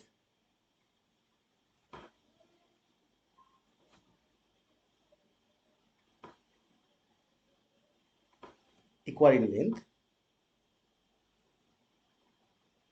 due to this reason, the Lambert-Beer's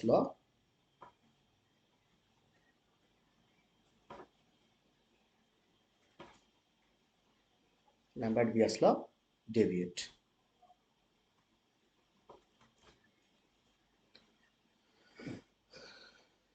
Okay?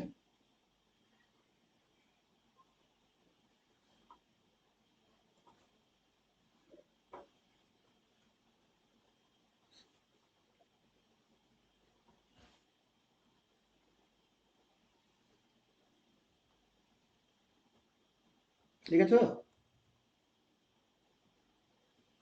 আচ্ছা, এটা হলো তাহলে ইনস্ট্রুমেন্টের আর একটা প্রবলেম। প্রথম হচ্ছে পলিক্রোমাটিক লাইট, আমরা মনোক্রোমাটিক লাইট তৈরি করতে পারি না, মিসম্যাচ সেল। এবার 3 নাম্বার হচ্ছে স্ট্রে লাইট।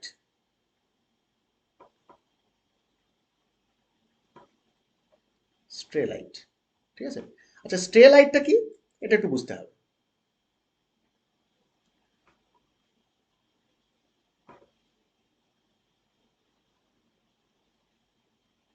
এইটা আমার কিউবেট বা সেল, এবার এর মধ্যে আমার স্যাম্পেল ভরা আছে।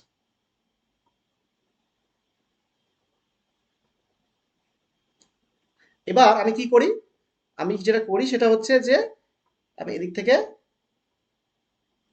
লাইট ছাড়বো, কোনো একটা পার্টিকুলার ওয়েভলেন্থের মনোক্রোমাটিক লাইট। হ্যাঁ, এবার সেই লাইটটা কিছুটা অ্যাবজর্ব করে বাকিটা এদিক দিয়ে বেরিয়ে যাবে, তাই তো? এটা বেরিয়ে যাবে, এটাই নিয়ম। তার মানে আমাদের কি হতে হবে? সবকটা যে লাইট রেস থাকবে, সবকটা লাইটই কি হতে হবে? আমাকে স্যাম্পেলের মধ্যে দিয়ে পাস করতে হবে, ঠিক কি না? কারণ এর একটা I0 ইন্টেন্সিটি আছে। এই I0 ইন্টেন্সিটির প্রত্যেকটা লাইট, I0 ইন্টেন্সিটি মানে কি? সেটা ডেন্সিটির উপর সম্পর্কযুক্ত তো, বা নাম্বার অফ রেজ। তো নাম্বার অফ রেজ যত বাড়বে ইন এ পার্টিকুলার ভলিউম, তত কি হবে? I0 বাড়বে। Number of rays in a particular volume বা পার্টিকুলার এরিয়া যত বেশি হবে, তত ইন্টেন্সিটি বেশি হবে। তো একটা পার্টিকুলার ইন্টেন্সিটি লাইট তুমি ছেড়েছো, তাহলে সেইখানে ধরো মনে করো এরকম এতগুলো লাইট আছে, এইগুলো আছে। এবারে এই লাইটগুলো I0 সেগুলো প্রত্যেকটা স্যাম্পলের মধ্যে দিয়ে পাস করাতে হবে। করে যাওয়ার পরে সে কিছুটা অ্যাবজর্ব করবে, বাকিটা ট্রান্সমিট করে দেবে, সেটা মনে করো IT বা I। এটাই নিয়ম। এবার তুমি কি হতে পারে, তুমি এমনভাবে কিউবেটটা বসালে, তুমি ইনস্ট্রুমেন্টের এমনভাবে কিউবেটটা বসালে, আমরা যখন প্র্যাকটিক্যাল করতাম স্যাররা খুব বকাবকি করতো যে এই জিনিসগুলো ক্যাজুয়ালি করার জন্য, মানে ক্যাজুয়ালি করলে এই জিনিসগুলো কতটা ভুল হতে পারে। যেমন ধরো স্যাম্পেলটা কিরকম ভাবে আছে, কিউবেটটা এরকম ভাবে আছে তো। এবার ওর ওই যে যেটা ইউভি ভিজিবল স্পেকট্রোমিটার যেটা, সেখানে ওই এরকম পকেট থাকে, ওই পকেটের মধ্যে তুমি এবার ওই কিউবেটটাকে বসিয়ে দেবে, এই যে কিউবেটটাকে বসিয়ে দেবে পকেটের মধ্যে। এবার এখানে লাইটটা যাবে, ঠিক আছে। এবার এই পকেটের মধ্যে তুমি যখন বসাচ্ছ, তুমি এমনভাবে বসালে ওটা ঠিকঠাক নিচে পর্যন্ত বসলো না, ঠিকঠাক একটু উঁচু হয়ে রয়েছে। তাহলে উঁচু হয়ে যদি থাকে, তাহলে লাইটটা কি হবে, লাইটটা কেমন হবে, ঠিকঠাক, হ্যাঁ। তাহলে লাইটটা পুরোপুরি প্রবেশ না করে ধরো কিছু এরকম বাইরে দিয়ে চলে গেল, নিচে দিয়ে বা বাইরে দিয়ে চলে গেল, স্যাম্পেলের ভিতর দিয়ে পাস করলো না, তাহলে এই টোটালটা ছিল I0, কিন্তু I0 লাইটটাই কি স্যাম্পেলের মধ্যে দিয়ে পাস হলো, পাস হলো না।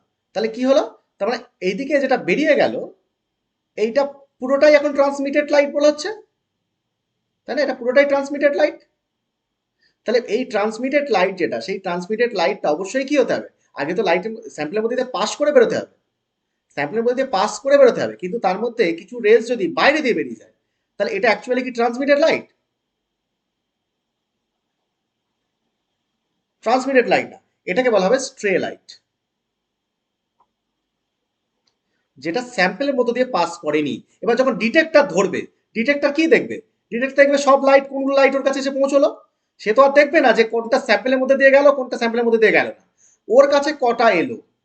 তাহলে ও কি দেখবে, ট্রান্সমিটেন্স এই পুরোটাই দেখবে, কিন্তু অ্যাকচুয়ালি ট্রান্সমিটেন্স কোনটুকু, এইটুকু, এইটাই ট্রান্সমিটেন্স, ট্রান্সমিটেড লাইট ওইটাই, কিন্তু ও দেখবে ট্রান্সমিটেড লাইট এই পুরোটাই। তাহলে ও ভুল রিডিং নেবে না, বুঝলে কি না বুঝলে। তাহলে ডিটেক্টর কি করবে, ও স্ট্রে লাইটের রিডিংটা নিয়ে নেবে, তবে স্ট্রে লাইট তো আমার স্যাম্পলের মধ্যে দিয়ে পাস করেনি, তাহলে ওটা আমার ট্রান্সমিটেড লাইট নয়। তাহলে ট্রান্সমিটেড লাইটকে নয়, মানে ইনসিডেন্ট লাইট জাস্ট, ওই ইনসিডেন্ট লাইটকেই ও ট্রান্সমিটেড লাইট হিসেবে ধরবে, তার মানে আমার রেজাল্টে ভুল চলে আসবে। তো স্ট্রে লাইট যদি কোনোভাবে পাস হয়ে যায়, তাহলে কিন্তু আমাদের রেজাল্টে ভুল আসবে। ওই জন্য কিন্তু আমাদের ইনস্ট্রুমেন্টালি ঠিকঠাকভাবে কাজটা করতে হবে, যাতে করে স্ট্রে লাইট পাস না হয়। ওকে, বুঝতে পেরেছো।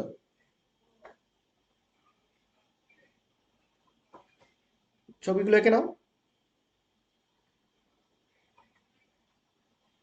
স্ট্রে light,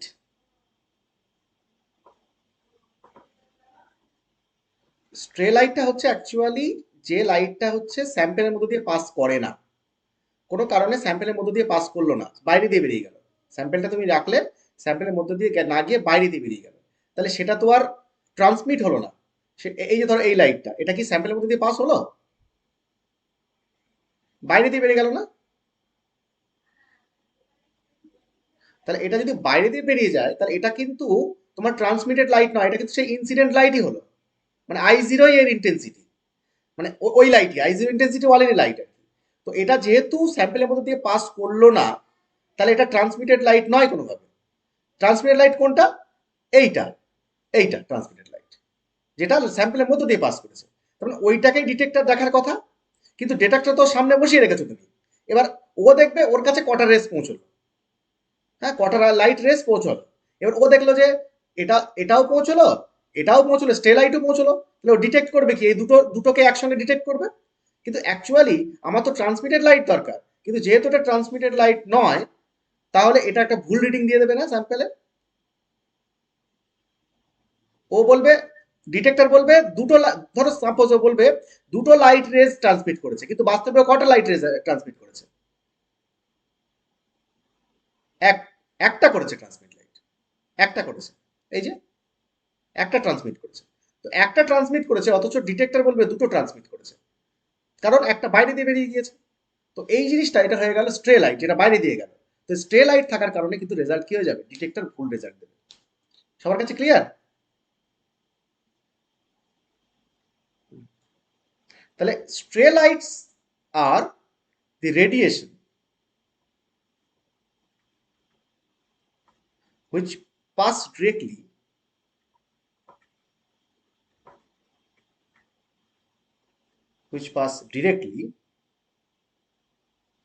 without passing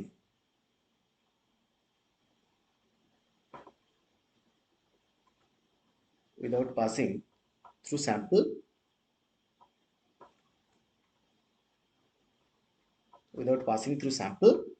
and reached to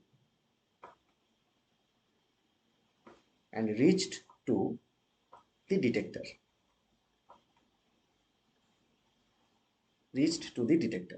and deviation of Lambert-Beer's law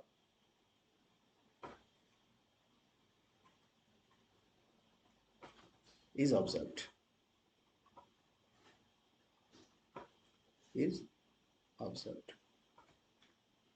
Clear?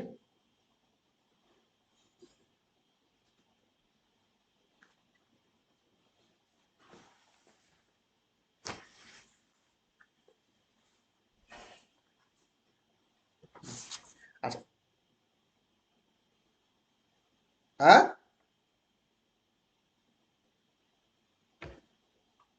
না পার্সোনাল এরর ইনস্ট্রুমেন্টাল এরর না, মানে তোমার ইনস্ট্রুমেন্টের প্রবলেম তো থাকতে পারে।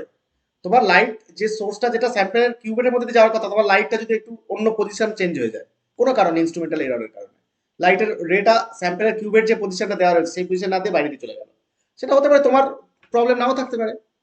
ইনস্ট্রুমেন্টের মধ্যে যদি মেকানিক্যাল মানে কোনো ডিফেক্ট থাকে, তাহলে সেই ডিফেক্টের জন্য লাইট দেখা যাচ্ছে কিউবের মধ্যে দিয়ে পাস করে না, কিছু লাইট বাইরে দিয়ে পাস করে যায়, সেটা ইনস্ট্রুমেন্টাল এরর। ঠিক আছে? এবার তুমি তুমি মেকানিক্যাল এররের মাধ্যমে এই জিনিসটা করতে পারো। তুমি যদি কিউবেটা ঠিকঠাক না বসাও সেক্ষেত্রেও হতে পারে। বুঝতে পারছো কি বলেছি? হুম।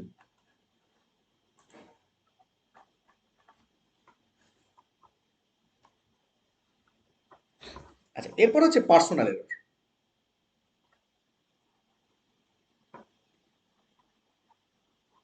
হুম,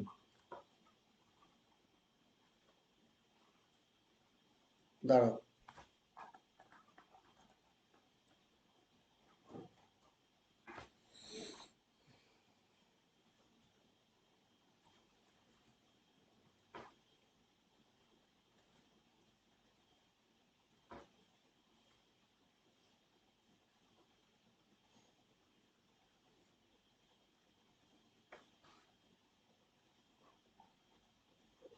আচ্ছা, পার্সোনাল এরর মানেটা কি?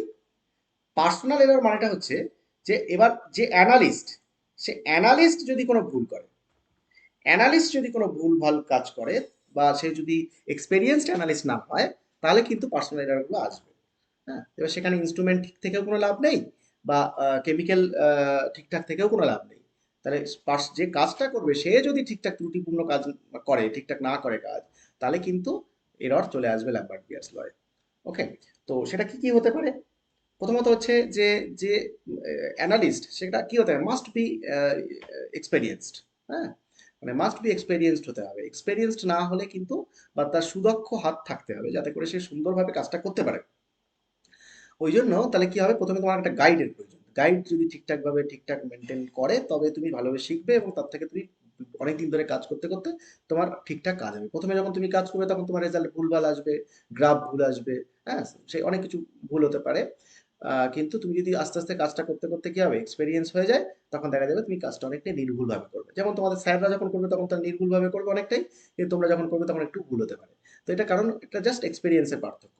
তো এক্সপেরিয়েন্সের পার্থক্যের জন্য কি হতে পারে, যে এরর চলে আসতে পারে, যদিও তোমার ইনস্ট্রুমেন্ট ঠিক থাকুক বা তোমার কেমিক্যাল ঠিক থাকুক, যাই ঠিক থাকুক না কেন, তোমার তুমি যেহেতু ওটাকে সবগুলোকে মেপে মেপে দেবে, ইনস্ট্রুমেন্টটাকে হ্যান্ডেল করবে, সেহেতু ইনস্ট্রুমেন্ট হ্যান্ডেল করার ক্ষেত্রে কোনো রকম প্রবলেম যদি হয় বা সমস্যা হয়, সেক্ষেত্রে কিন্তু ল্যাম্বার্ট বিয়ার্স ল কিন্তু ভায়োলেট করে যাবে বা ডেভিয়েট করে যাবে। তাহলে কি কি কারণে হতে পারে, প্রথমত কি হতে হবে? তাহলে যেটা হতে হবে পার্সোনাল এররটাকে মানে করার জন্য, তো অ্যানালিস্ট শুড বি কি হতে হবে, analyst must be experienced, must be experienced. Hmm, আর যদি ইমপ্রপার হ্যান্ডেলিং হয়, তাহলে কিন্তু ডিফেক্ট চলে আসবে বা ডেভিয়েট চলে আসবে। আচ্ছা, এবার তুমি যে টেম্পারেচার দেখো, আমরা একটু আগেই যে ইকুইলিব্রিয়ামের যে ব্যাপারটা দেখছিলাম, হ্যাঁ, ইকুইলিব্রিয়ামের যে ব্যাপারটা দেখছিলাম সেখানে দেখো যে টেম্পারেচার যদি আমি চেঞ্জ করি তাহলে দেখো ইকুইলিব্রিয়াম শিফট হয়ে যাচ্ছিল, তাই না? বা টেম্পারেচার যদি চেঞ্জ করি, টেম্পারেচারটা বাড়িয়ে দিই, তাহলে যে মলিকুলটাকে নিয়ে তুমি কাজটা করছো সেই মলিকুলের ডিসোসিয়েশন হতে পারে, হ্যাঁ, ভেঙে যেতে পারে মলিকুলটা, ব্রেক করে যেতে পারে বন্ডগুলো। তাহলে কি হবে, অ্যাবজর্বেন্সে চেঞ্জ হয়ে যাবে। তাহলে অবশ্যই আমাকে টেম্পারেচার একটা পার্টিকুলার ঠিক করে রাখতে হবে যে টেম্পারেচার আমি কাজটা করবো, হ্যাঁ। তাহলে স্যাম্পেলের টেম্পারেচারটা যেন চেঞ্জ না হয় বারবার, তাহলে তোমার কিন্তু ভুল রেজাল্ট চলে আসবে। তাহলে টেম্পারেচারটাকে তো আমাকে কনস্ট্যান্ট রাখতে হবে বা কন্ট্রোল রাখতে হবে। খুব তাড়াতাড়ি টেম্পারেচার বেড়ে গেল কমে গেল এরকম যেন না হয় স্যাম্পেলের। তাহলে কি হবে, সেকেন্ড হচ্ছে the experimental temperature, the experimental temperature, the experimental temperature should be under controlled, should be under controlled, temperature যেন কন্ট্রোল থাকে। সি, আচ্ছা, যে সেলটা নিয়ে,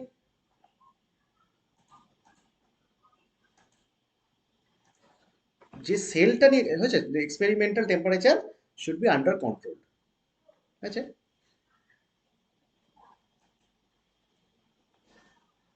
লিখেছো?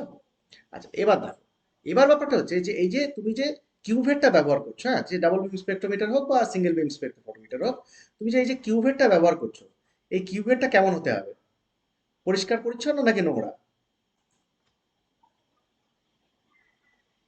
বলো। Net and clean. যদি ক্লিন না হয় তাহলে কি হবে, ওর মধ্যে নোংরা যদি থেকে যায় তাহলে আমার লাইটটা পাস করবে ঠিকঠাক? লাইট পাস করবে না। তাহলে লাইট যদি পাস না করে তাহলে কিন্তু এরর চলে আসবে।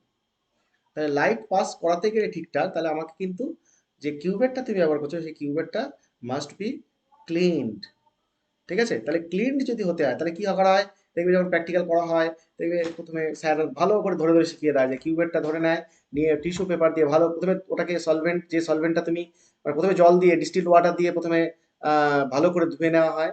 ধুয়ে নিয়ে তারপরে এবার কি করা হয়, যে স্যাম্পেলটা তুমি ভরবে সেই স্যাম্পেলটা দিয়ে রিন্স করে নেওয়া হয়। রিন্স করে নিয়ে ভালো করে ওটাকে কি করা হয়, যে ওটাকে ওয়াশ করা হয় ভালো করে, ওই টিস্যু পেপার দিয়ে ভালো করে ওটাকে ওয়াশ করা হয়, যাতে করে কোনো রকম ভাবে নোংরা না থাকে, একদম স্বচ্ছ থাকতে হবে। টিস্যু পেপার দিয়ে পরিষ্কার করে নিয়ে তারপর সেটাকে স্যাম্পেল মানে ড্রাই হয়ে গেল পুরোপুরি। কারণ যদি কোনো কারণে জল থেকে যায় তাহলে এর মধ্যে যখন স্যাম্পেল দেবে তখন ডাইলুট হয়ে যাবে, তাই না? কোনোভাবে কিউবেটের মধ্যে জল টল থাকা যাবে না কোনোভাবেই। তো ওই সেইটা আজ একদম পুরো পরিষ্কার পরিচ্ছন্ন শুকনো থাকে যাতে, তাদের জন্য আমাদের কি করা হয়, আমাদেরকে ওই ব্যবহার করা হয়, টিস্যু দিয়ে ভালো করে পরিষ্কার করা হয়, করে তার মধ্যে এবার স্যাম্পেল দিয়ে তারপর তোমার ওই মেশিনের মধ্যে ভরা হয়। তো এই যে কাজটা, এই কাজটা অবশ্যই তোমাকে প্রপার হ্যান্ডেল করতে হবে।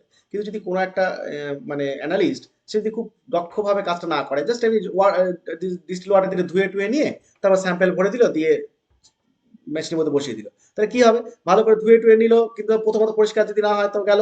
আর তারপরেও যদি ড্রাই না হয়, কিউবেটা যদি ড্রাই না থাকে, তোমার কিছু জল থেকে থাকে, হ্যাঁ, তাহলে তুমি আবার স্যাম্পেল দেবে, স্যাম্পেল একটা নির্দিষ্ট কনসেন্ট্রেশন তুমি তৈরি করেছো, কারণ ল্যাম্বার্ট বিয়াস ল কনসেন্ট্রেশনের সঙ্গে প্রপোর্শনাল। তাহলে কনসেন্ট্রেশন তুমি নির্দিষ্ট করেছো, তুমি যখন কিউবেটের মধ্যে দিচ্ছ তাহলে কনসেন্ট্রেশন কি কনস্ট্যান্ট থাকছে? তুমি তো 1 মোলার সলিউশন করেছো, তাহলে 1 মোলার সলিউশনে তুমি অ্যাবজর্বেন্স মাপবে, তাই না? এবার 1 মোলার সলিউশনে অ্যাবজর্বেন্স মাপবে, তুমি ওখান থেকে বুড়ের ইয়ে দিয়ে তুমি ড্রপার দিয়ে তুমি ওটাকে নিয়ে তুমি এবার কি করলে, কিউবেটের মধ্যে দিলে। যেই কিউবেটের মধ্যে দিলে, কিউবেটে যেহেতু আগে থেকে একটু সলভেন্ট বা জল টল রয়েছে, পরিষ্কার করো ঠিকঠাক করে, যখন দিলে ওর মধ্যে ডিজলভ হয়ে গিয়ে ওর কি ভলিউমটা বেড়ে গেল। ভলিউমটা বেড়ে গেল মানে কি হলো, কনসেন্ট্রেশন কমে গেল। কনসেন্ট্রেশন কমে গেল মানে ওর রিডিং কি দেখাবে, অন্য কিছু দেখাবে না, প্রপার রিডিং তো দেখাবে না। তো প্রপার রিডিং যদি না দেখায় তাহলে রেজাল্ট কি হয়ে গেল, এরনিয়াস হয়ে গেল, এরনিয়াস হয়ে গেল, ঠিক আছে? তো এই জন্য মানে এই অনেকগুলো ব্যাপার আছে যে তোমাকে কিউবেটটাই যেহেতু তোমার হাতে থাকবে, তো কিউবেটটাকে ভালো করে যেন পরিষ্কার থাকে, পরিষ্কার পরিচ্ছন্ন করা হয়। তো এটা হচ্ছে একটা এক্সপেরিয়েন্সড অ্যানালিস্ট আর নন এক্সপেরিয়েন্সড অ্যানালিস্টের মধ্যে পার্থক্য। তো the cell should be, the cell should be clean বা neat and clean, should be cleaned, ওকে? আচ্ছা, ডি, আচ্ছা, এবার সেলটাকে এমন হলো যে এত সিরিয়াস অ্যানালিস্ট সে মানে একদম পরিষ্কার পরিচ্ছন্ন ড্রাই করতে যাচ্ছে, বুঝেছো? একদম ড্রাই করতে যাচ্ছে ভালো করে, যতক্ষণ না পর্যন্ত ড্রাই ওর মনে না সন্তুষ্ট হচ্ছে যেটা ড্রাই হয়েছে ঠিকঠাক করে বা পরিষ্কার হয়েছে, ও কি করছে ওটাকে দিয়ে মানে ঘষে ঘষে পরিষ্কার করছে, মানে ইয়ে দিয়ে, মানে টিস্যু পেপার দিয়ে। তো পরিষ্কার করতে করতে এত জোরে জোরে ঘষাঘষি করেছে যাতে করে কি হলো, যে জায়গাটা যে কাঁচের যে স্বচ্ছ ব্যাপারটা সেটাই দেখা গেল ঘোলাটে হয়ে গেল বা স্ক্র্যাচ হয়ে গেল কোনো কারণে। হ্যাঁ, যদিও ওটা খুব হার্ড, কিন্তু কোনো কারণে এমন ভাবে এত মানে উল্টো পাল্টা রাফ ভাবে এ করলো যে ওটা স্ক্র্যাচ হয়ে গেল। তো যদি ওই মানে কিউবেটের মধ্যে স্ক্র্যাচ হয়ে যায় তাহলে কি হয়ে যাবে? তাহলে সে তো আর তার ট্রান্সপারেন্সি থাকলো না, তাহলে ট্রান্সপারেন্সিটা নষ্ট হয়ে গেল। তো ট্রান্সপারেন্সি নষ্ট হয়ে গেলে কি হয়ে যাবে? লাইটটা কি হয়ে যাবে? লস করবে ঠিকঠাক? করবে না। তাহলে কি হলো? তাহলে ব্যাপারটা হচ্ছে তোমার কিউবেটটা যেটা হবে বা সেলটা যেটা হবে সেটা স্ক্র্যাচ ফ্রি হতে হবে, must be scratch free. Cell should be scratch free. Sorry, scratch free. Should be scratch free. Okay? ঠিক আছে?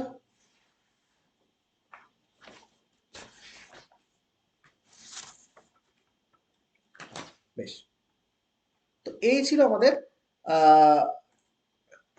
ইনস্ট্রুমেন্টাল মানে ইয়ে কি বলে এরর বা লিমিটেশনস যেগুলো কারণে ল্যাম্বার্ট বিয়ার্স ল ভায়োলেট করতে পারে। তাহলে আমরা কি কি জানলাম? আমরা জানলাম হচ্ছে কেমিক্যাল এফেক্ট, তারপর জানলাম ইনস্ট্রুমেন্টাল এফেক্ট, তারপর দেখলাম যে পার্সোনাল এরর, যেটা পার্সোনাল এফেক্ট যেটাকে বলা যেতে পারে। এইরকম তিনটে এফেক্ট আমরা, তার মধ্যে এবার কিছু সাব এফেক্টও আমরা দেখেছি যেগুলো থেকে আমরা দেখতে পারি যে ল্যাম্বার্ট বিয়ার্স লটা ভায়োলেট করতে পারে। ঠিক আছে, তো সেই জিনিসগুলো আমরা ডিসকাস করলাম। তো এবার একাডেমিকের জন্য এগুলো কোশ্চেনগুলো আসে, এখান থেকে পয়েন্ট ধরে ধরে কোশ্চেন চলে আসতে পারে। যেহেতু তোমাদের এই সাবজেক্টটা প্রথম মানে তোমরা জাস্ট সেকেন্ড ব্যাচ, তাহলে কোশ্চেন সম্বন্ধে আমাদের বিশাল কিছু আইডিয়া নেই যে কি কোশ্চেন আসবে। তাই জন্য আমরা সবই পড়বো। এবার কোশ্চেন আমরা মডেল কোশ্চেন তৈরি করব, যে মডেল কোশ্চেনগুলো মানে যত রকমের ভাবে কোশ্চেন হতে পারে সবগুলোই কোশ্চেন করব।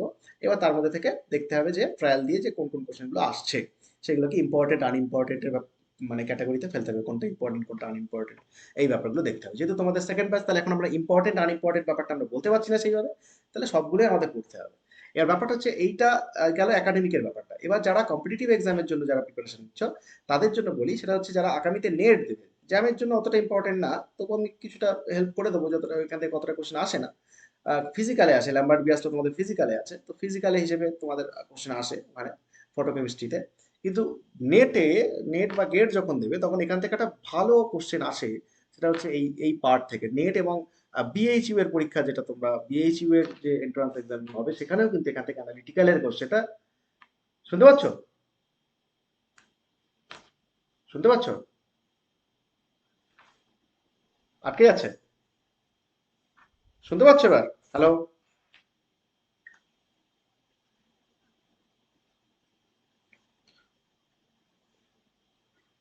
এখন দেখতে পাচ্ছ না? দেখতে পাচ্ছ? কেটে যাচ্ছে কথা? সবারই কি? সবারই? বাকিদের বলো। পজ হয়ে যাচ্ছে?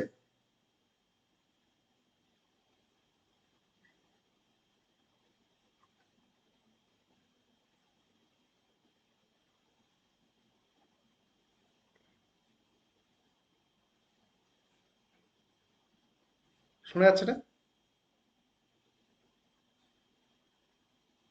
হ্যালো? দেখা যাচ্ছে না? তাহলে আমারই প্রবলেম হয়েছে মনে হচ্ছে।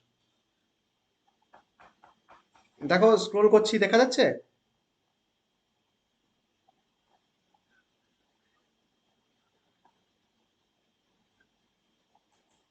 দেখো, তাহলে এইটা হচ্ছে ব্যাপার আমাদের। তাহলে এই পার্টটা যেটা ল্যাম্বার্ট বিয়াসলো এবং তার ডেভিয়েশন, এই ডেভিয়েশন থেকে নেট এবং বিএইচইউ এর কোশ্চেনগুলোতে বেশ কিছু কোশ্চেন এখান থেকে প্রিভিয়াস ইয়ারে এসেছে। তো এটা আমরা যদি তো পরে তোমরা নেট ফেট পড়ো তখন সেক্ষেত্রে এই জায়গাগুলো একটু পড়তে হবে আর কি। ঠিক আছে? আচ্ছা, বেশ। ঠিক আছে, এবার দেখা যাচ্ছে তো স্ক্রিন?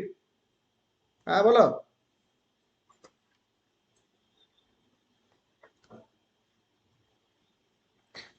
কিছুই না, মানে স্ক্র্যাচ ফ্রি মানে সিম্পলি ভাবো যে তোমার কিউবেটটা তো পরিষ্কার পরিচ্ছন্ন থাকতে হবে প্রথম কথা।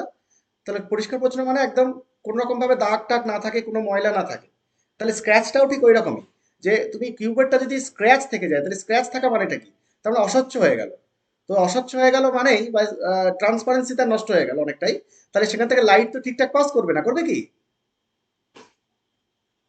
তাহলে সেক্ষেত্রে সেটাও তো একটা এরর চলে আসবে না? হ্যাঁ, তো সেটাই বলা হলো আর কি। তাহলে তোমাকে একদম কাজটা ঠিকঠাক ভাবে করতে হবে, এই হলো কথা। হ্যাঁ, মানে টিউবেটে কোনো স্ক্র্যাচ থাকা চলবে না আর কি। সেইভাবে হ্যান্ডেল করতে হবে। আচ্ছা, এই গেল হচ্ছে আমাদের ল্যাম্বার্ট পিয়ার্স ল এবং তার লিমিটেশন।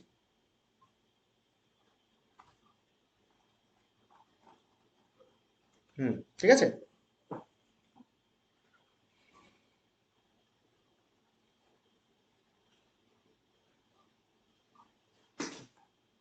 আসে। হুম হুম। আচ্ছা, ঠিক আছে। এবার দেখো, এবার হচ্ছে আমরা যেটা করব সেটা হচ্ছে ইনস্ট্রুমেন্টেশন, মানে যেটা আমরা অ্যাকচুয়ালি আমরা যেটা পড়তে চাইছি এর পরের যে topic, hot topic, that is instrumentation. Instrument কিভাবে কাজ করে তার কিছুটা আইডিয়া আমি লিমিটেশনস এর মধ্যেই দিয়ে দিলাম। এবার আমরা ওটাকে একটু ডিটেলে পড়বো আর কি। Instrumentation,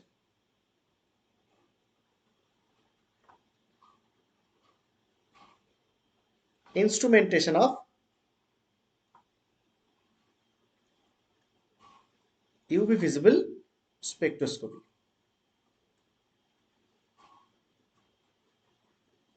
instrumentation of UV visible spectroscopy. ঠিক আছে। আচ্ছা, আমরা কত ধরনের স্পেকট্রোমিটার জানি?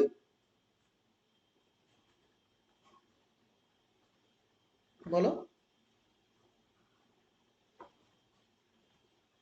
কি বললাম? দু ধরনের। তাহলে স্পেকট্রোফটোমিটার বা স্পেকট্রোমিটার, সেটাকে আমরা দুটো ভাবে, দু রকমের স্পেকট্রোফটোমিটার আমরা জানি। একটাকে বলা হয় সিঙ্গেল বিম স্পেকট্রোফটোমিটার, ফটোমিটার। আর আরেকটাকে বলা হয় ডাবল বিম স্পেকট্রোফটোমিটার বা স্পেকট্রোমিটার। ওকে, এই দুই ধরনের স্পেকট্রোফটোমিটার আমাদের কাছে আছে। এবার আমরা প্রথমে একটা একটা করে দেখবো এবং তারা কিভাবে কাজ করে সেই জিনিসটা আমরা বুঝবো। প্রথমে এক নম্বর আমাদের সিঙ্গেল বিম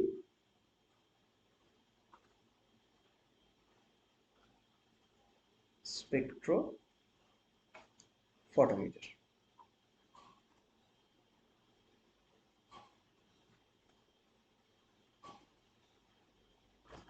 আচ্ছা, সিঙ্গেল বিম স্পেকট্রোফটোমিটার সেটা কিভাবে কাজ করে সেটা আমাকে বুঝতে হবে।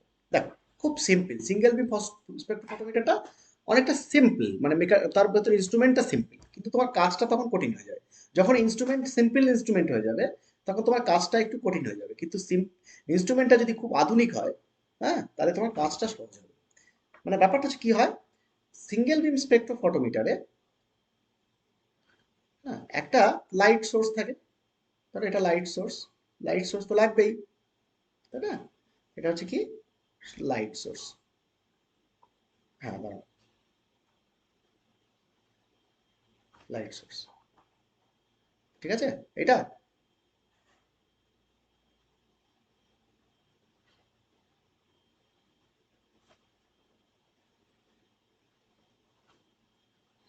আচ্ছা, এবার এই লাইট সোর্সটা কি করে?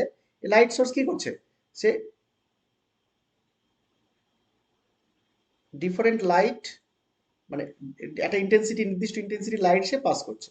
সেখানে ডিফারেন্ট ওয়েভলেন্থ আছে, আছে কি না? আছে। এবার এখানে তো অনেকগুলো ওয়েভলেন্থ আছে। তাহলে আমরা স্যাম্পলের মধ্যে কি সবকটা ওয়েভলেন্থ পাস করাবো? কি কি পাস করাবো? একটাই ল্যাম্ডা, একটাই ওয়েভলেন্থ। হ্যাঁ, তাহলে আমাদের এখানে কি ইউজ করতে হবে? ফিল্টার অথবা ফিল্টার আর মনোক্রোমাটার। ফিল্টার অর মনোক্রোমেটার, মানে ফিল্টারটাও একটা মনোক্রোমেটার। মনোক্রোমেটার মনোক্রোমেটার কি করবে? মনোক্রোমেটার কি করবে? ওই যে লাইট রেজ, হ্যাঁ লাইট রেজ গুলো আছে, সে লাইট রেজ গুলো কে ভেঙে ও সিঙ্গেল লাইটটাকে পাস করাবে এখান দিয়ে, সিঙ্গেল লাইটটাকে পাস করাবে। এবার এই সিঙ্গেল লাইটে যেটা পাস হবে সেটা ওই স্যাম্পেল সেল যেটা, সেই স্যাম্পেল সেলের মধ্যে দিয়ে পাস করবে। এবার এখানে আগেরটা কি করেছিলাম আমরা? আমরা দুটো ভাগে ভেঙে নিয়েছিলাম না?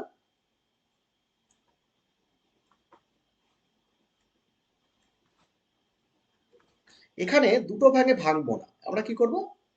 এইটাই হচ্ছে স্যাম্পেল, এইটাই আমার সেল, এই সেলের মধ্যে ডাইরেক্টলি পাঠিয়ে দেবো, এটা হচ্ছে সেল। আর এর মধ্যে যেটা ভরা আছে সেটা কি? অ্যানালাইট। অ্যানালাইট। এবার কি হবে? এই লাইটটা যখন পাস হবে এখান দিয়ে, তাই তো কিছুটা পরিমাণ অ্যাবজর্ব হয়ে যাবে, কিছুটা পরিমাণ পাস হবে। যেটা পাস হবে সেটা ডিটেক্টর কি করবে? দেখবে যে কি পরিমাণ লাইট পাস হয়ে গেল, ঠিক আছে, কি পরিমাণ লাইট পাস হয়ে গেল। তাহলে কি পরিমাণ লাইট পাস হয়ে গেল, দ্যাট ইজ ট্রান্সমিটেন্স বেরিয়ে গেল। ট্রান্সমিটেন্স বেরিয়ে গেল মানে সেখান থেকে সে অ্যাবজর্বেন্স বার করতে পারবে। এবার এই ডিটেক্টর যখন যেটা অ্যাবজর্ব করে, সে এটা, এবার এ তো অ্যাবজর্ব করলে এবার সেটাকে কি করবে? যে লাইট ওয়েভটা যেটা তৈরি হবে, যে গ্রাফটা তৈরি হবে, এরকম এরকম গ্রাফ তৈরি হবে, সেই গ্রাফটা প্রথমে যত ছোট অ্যাম্পলিটিউড হয় তাকে এরকম ভাবে একটা, এখানে একটা মেশিন বসানো থাকবে, দ্যাট ইজ কল্ড অ্যাম্পলিফায়ার। এখানে অ্যাম্পলিফায়ার, অ্যাম্পলিফায়ার মানে কি? অ্যাম্পলিফাই করে যে। তাহলে দেখবে সাউন্ড সিস্টেমে অ্যাম্পলিফায়ারের কাজ কি? হ্যাঁ, সাউন্ডটাকে বাড়ানো তো, অ্যাম্পলিফাই করা। হুম। তো এই সিগন্যালটাকে যেটা এলো সেটাকে অ্যাম্পলিফাই করবে, তার গ্রাফের যে ওয়েভের যে অ্যাম্পলিটিউড, সেই অ্যাম্পলিটিউডটাকে বাড়িয়ে দেবে। হ্যাঁ, তো অ্যাম্পলিটিউড বেড়ে গেল। এবার এই অ্যাম্পলিফায়ার থেকে এবার একটা রেকর্ডার থাকবে, রেকর্ডার থাকবে, সে কি করবে? ওটাকে এবার রেকর্ড করবে এবং তার কম্পিউটার স্ক্রিনে এরকম দেখাবে, এরকম গ্রাফ দেখাবে। হ্যাঁ, এবার এই গ্রাফে যে এই যে জায়গাটা এলো, যেটা highest peak, that is lambda max. তাহলে কোন লাইটটা অ্যাবজর্ব করেছে কোন এতে, সেটা তোমার এখান থেকে দেখা যাবে আর কি। তো সেখান থেকে তুমি বুঝতে পারবে যে কতটা কি অ্যাবজর্ব হলো। আচ্ছা, তো এটা হলো, ঠিক আছে। আচ্ছা, এবার দেখো যে এই যে অ্যানালাইটটা যেটার মধ্যে দিয়ে লাইট পাস করালাম, করে ডিটেক্টর ডিটেক্ট করলো, তাহলে ডিটেক্টর কি ডিটেক্ট করলো?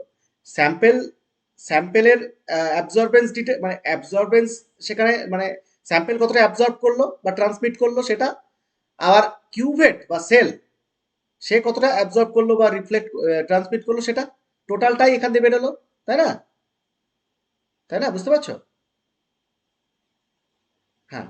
তাহলে এবার এখানে আমি কি করে, আমি শুধুমাত্র অ্যানালাইটের অ্যাবজর্বেন্সটা ডিটেক্ট করবো।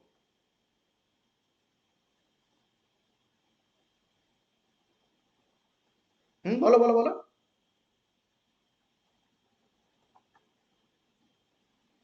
Exactly, exactly, exactly, very good. ছবিটা এঁকে নিয়েছি সবাই?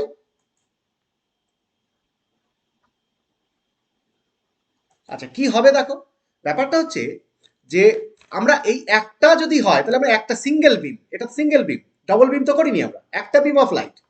তাহলে একটা বিম অফ লাইটকে আমরা কিভাবে, আমরা কি করে আমরা এখান থেকে বাদ দেবো কিউবেটের অ্যাবজর্বেন্সটাকে? বলা হচ্ছে যে তোমাকে দুবার কাজটা করতে হবে। এই যে বললাম না, যত সিম্পল হবে ইনস্ট্রুমেন্ট তোমার কাজটা তত বেড়ে যাবে। তোমার কি করতে হবে? প্রথমে কিউবেটটাকে নিয়ে তোমাকে ড্রাই করে ভালো করে মুছে টুছে নিয়ে ফাঁকা কিউবেট বসাতে হবে, খালি কিউবেট, ব্ল্যাঙ্ক, কোনো স্যাম্পেল ভরলে হবে না। তাহলে স্যাম্পেল ছাড়া যদি তুমি ওই কিউবেটটাকে ওখানে বসাও, তাহলে কি হবে? তোমার যেটা ট্রান্সমিটেন্স হবে সেটা কার দরুন হবে? সুমনা, সাউন্ড অফ করো।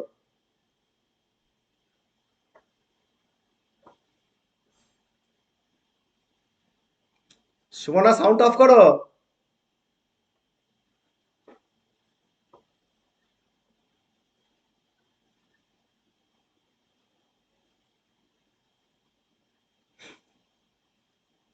সাউন্ড অফ করো। আচ্ছা, তাহলে কি হলো?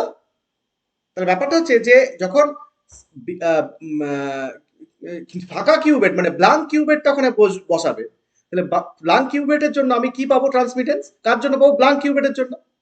তাহলে সেখানে একটা রিডিং পেয়ে গেলাম, তাই তো, একটা পেলাম তো, অ্যাবজর্বেন্স বা ট্রান্সমিটেন্স পেয়ে গেলাম তো, ঠিক কি না? আমার ডিসপ্লেতে দেখিয়ে দেবে।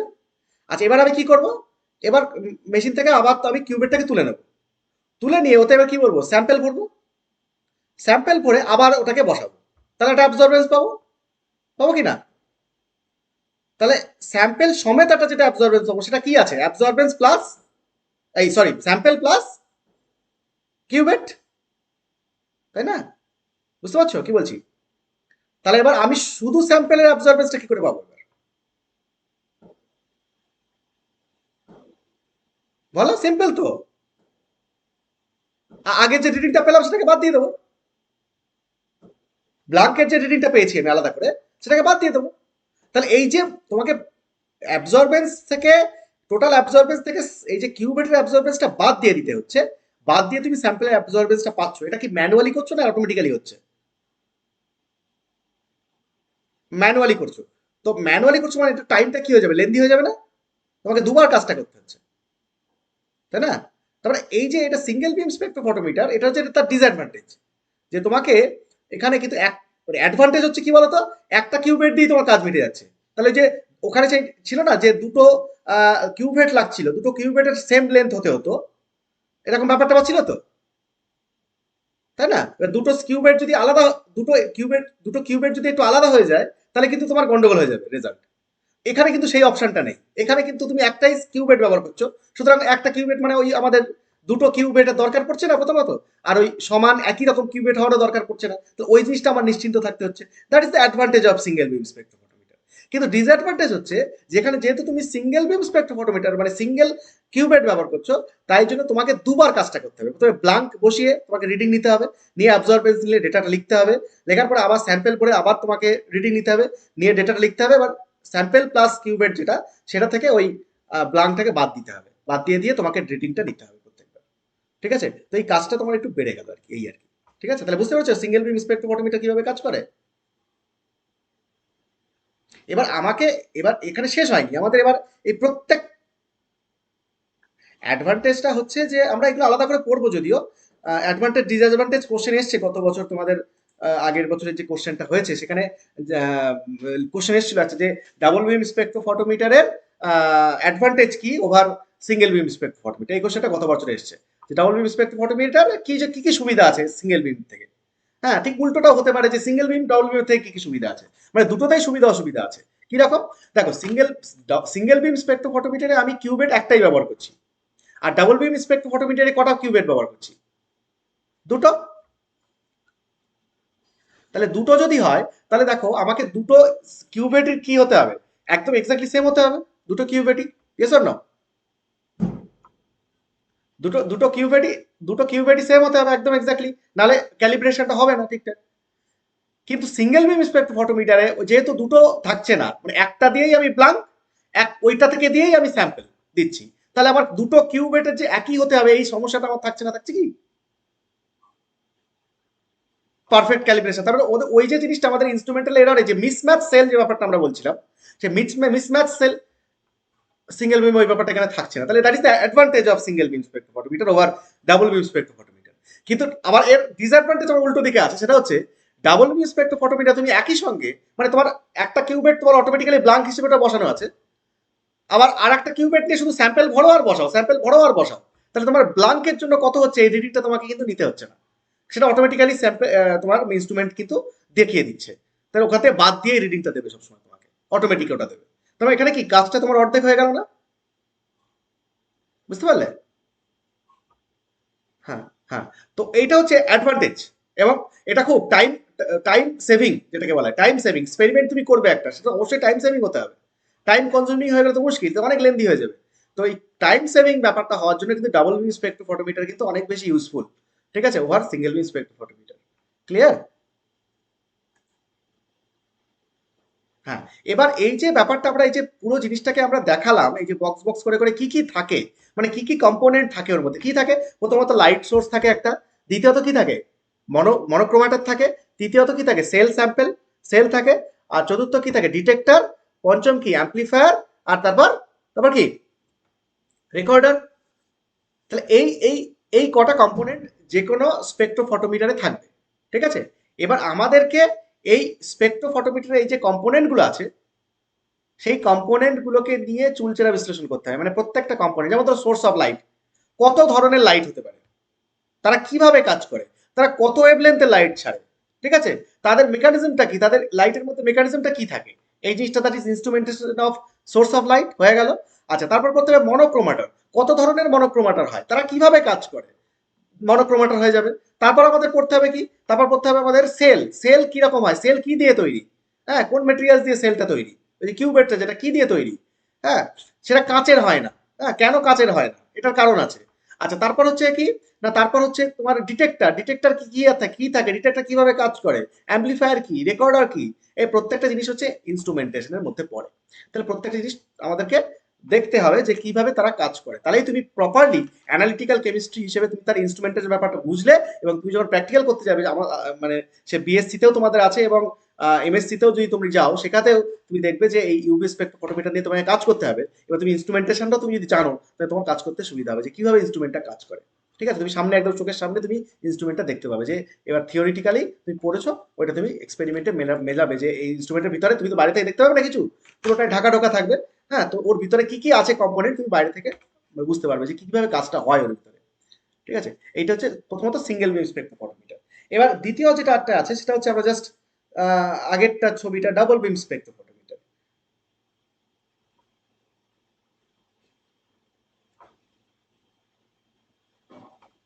ডাবল বিম স্পেকট্রোফটোমিটার,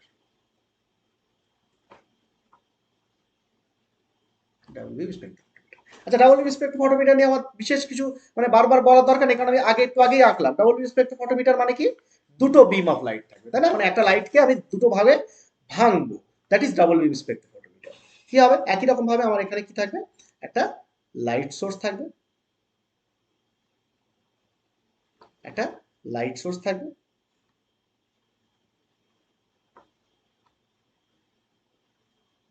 লাইট সোর্সটা কি করবে, সে লাইট রেডিয়েশন করবে। হ্যাঁ। না না না না না না, মিরর গুলো একদম মানে 100%, 100% রিফ্লেকশন না, কোনো অ্যাবজর্ব করে না, ঠিক আছে, 100% রিফ্লেকশন করতে হবে, করতেই হবে তাকে, ঠিক আছে। আর যদি সেটা না করে, তাহলে সেটা ইনস্ট্রুমেন্টাল এররের মধ্যে পড়ে যাবে, ঠিক আছে। এবার কোনো কিছুই বললাম না এরর, এরর ফ্রি নয়, বলেছি কি, তো কিছু তো জিনিসটা থাকবে, কিন্তু সেটা নেগলিজিবল।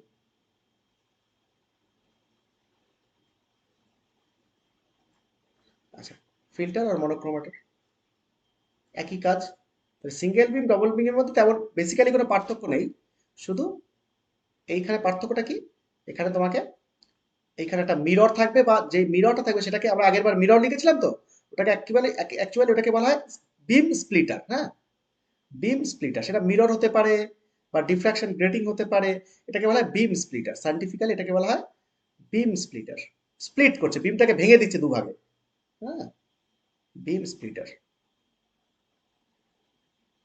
বিম স্প্লিটার। তো বিম স্প্লিটার কি করবে, বিম স্প্লিটার এটাকে দুটো ভাগে ভেঙে দেবে, ইকুয়াল ভাগে ভেঙে দেবে, হুম, এটাকে ভেঙে দেবে। তো ভেঙে দিলে কি হবে, এবার এখানে কি থাকবে, মিরর থাকবে,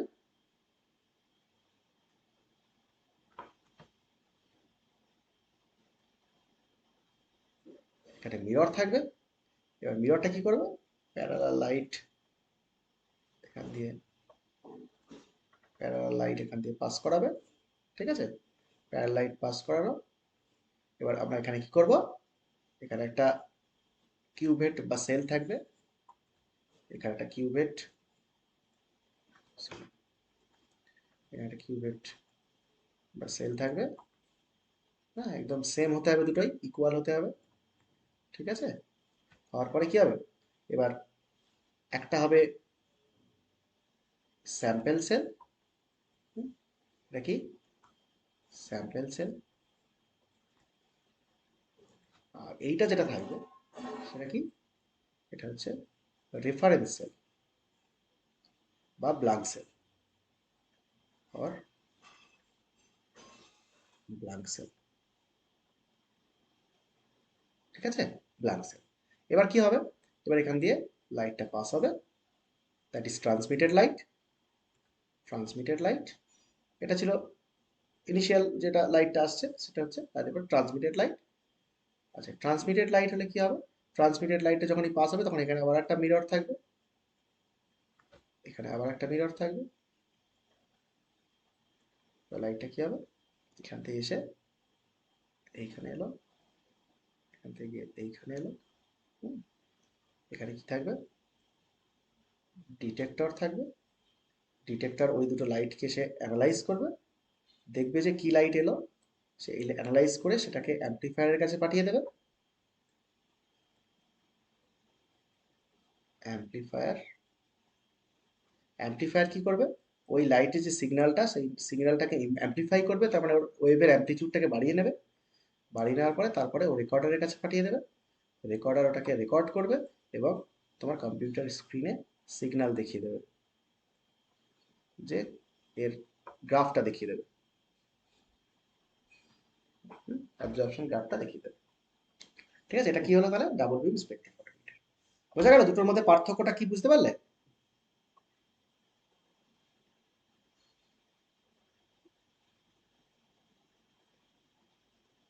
হুম, ছবিটা এঁকে নাও এবার।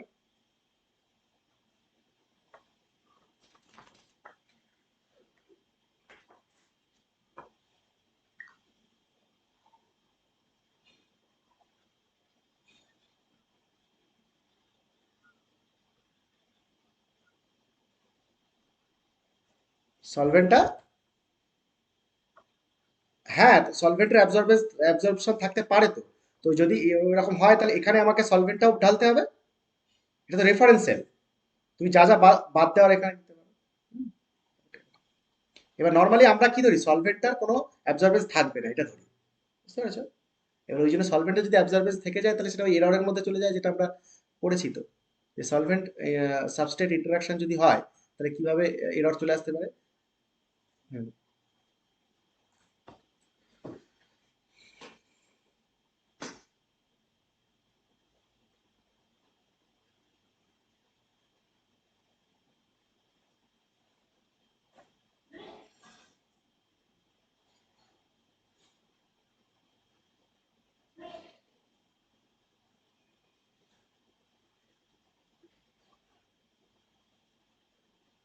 ঠিক আছে, তাহলে এটা হয়ে গেল। হুম, ঠিক আছে, তাহলে আমরা পেয়ে গেলাম, ঠিক আছে এটা। আচ্ছা, এবার এইটা হয়ে গেল আমাদের টোটাল, তাহলে সিঙ্গেল বিম স্পেকট্রোফটোমিটার, ডাবল বিম স্পেকট্রোফটোমিটারের মানে ইনস্ট্রুমেন্টেশনের যে মানে সেট আপটা হলো, সেট আপ কোনটা কি, কোথায় কি থাকে এটাকে। এবার প্রশ্ন হচ্ছে যে এই যে কি কি জিনিস থাকছে, তাহলে সোর্স অফ লাইট থাকছে, মনোক্রোমাটার থাকছে, সোর্স অফ লাইট লাইট ছাড়ছে, মনোক্রোমাটার সেটাই কি করছে, লাইটের ওয়েভলেন্থটাকে ভেঙে দিয়ে একটা ওয়েভলেন্থকে পাস করাচ্ছে, দ্যাট ইজ মনোক্রোম করে দিচ্ছে সেটাকে। এবার মনোক্রোমাটার কি করছে, সেটা এবার স্যাম্পলের মধ্যে দিয়ে পাস করছে। এবার যদি সিঙ্গেল বিম হয় তাহলে ডাইরেক্ট স্যাম্পলের মধ্যে দিয়ে পাস করবে, ডাবল বিম হলে তাহলে স্প্লিট করবে, স্প্লিট করে দুটো একটা স্যাম্পলের মধ্যে দিয়ে আর একটা ব্লাঙ্কের মধ্যে দিয়ে যাবে। আচ্ছা, এবার গিয়ে তারপর সেটা কোথায় যাবে, ডিটেক্টরে যাবে, ডিটেক্টর দেখবে যে কত ট্রান্সমিটেন্স হলো, হ্যাঁ, বা অ্যাবজর্বেন্স হলো, সেটা চেক করবে, চেক করে সেটাকে অ্যাম্পলিফায়ারের মধ্যে পাঠাবে, সিগন্যালটা অ্যাম্পলিফাই হবে, অ্যাম্পলিফাই হয়ে অ্যাকচুয়ালি রেকর্ডারের মধ্যে যাবে, রেকর্ডারে গিয়ে সেটা স্ক্রিনে তুমি দেখতে পাবে যে পুরো গ্রাফটা অ্যাবজর্বেন্স গ্রাফটা কেমন হলো।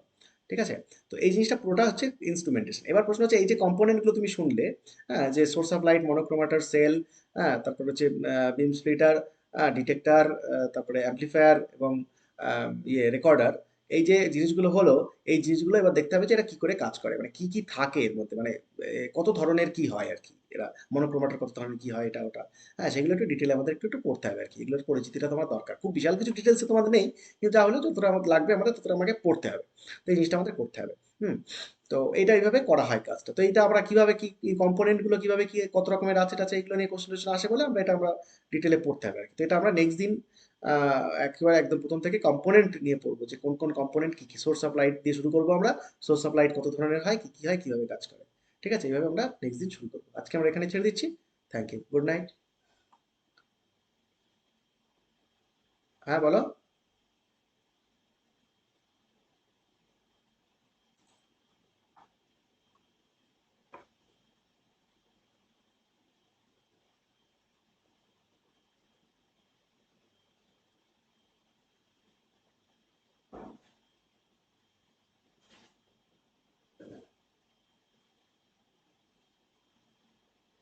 হয়েছে?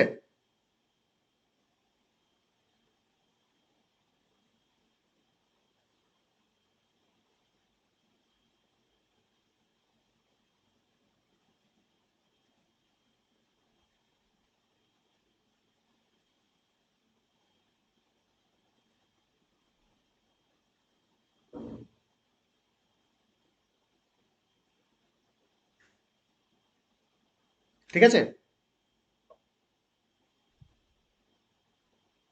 ওকে, ঠিক আছে তাহলে থাকবে।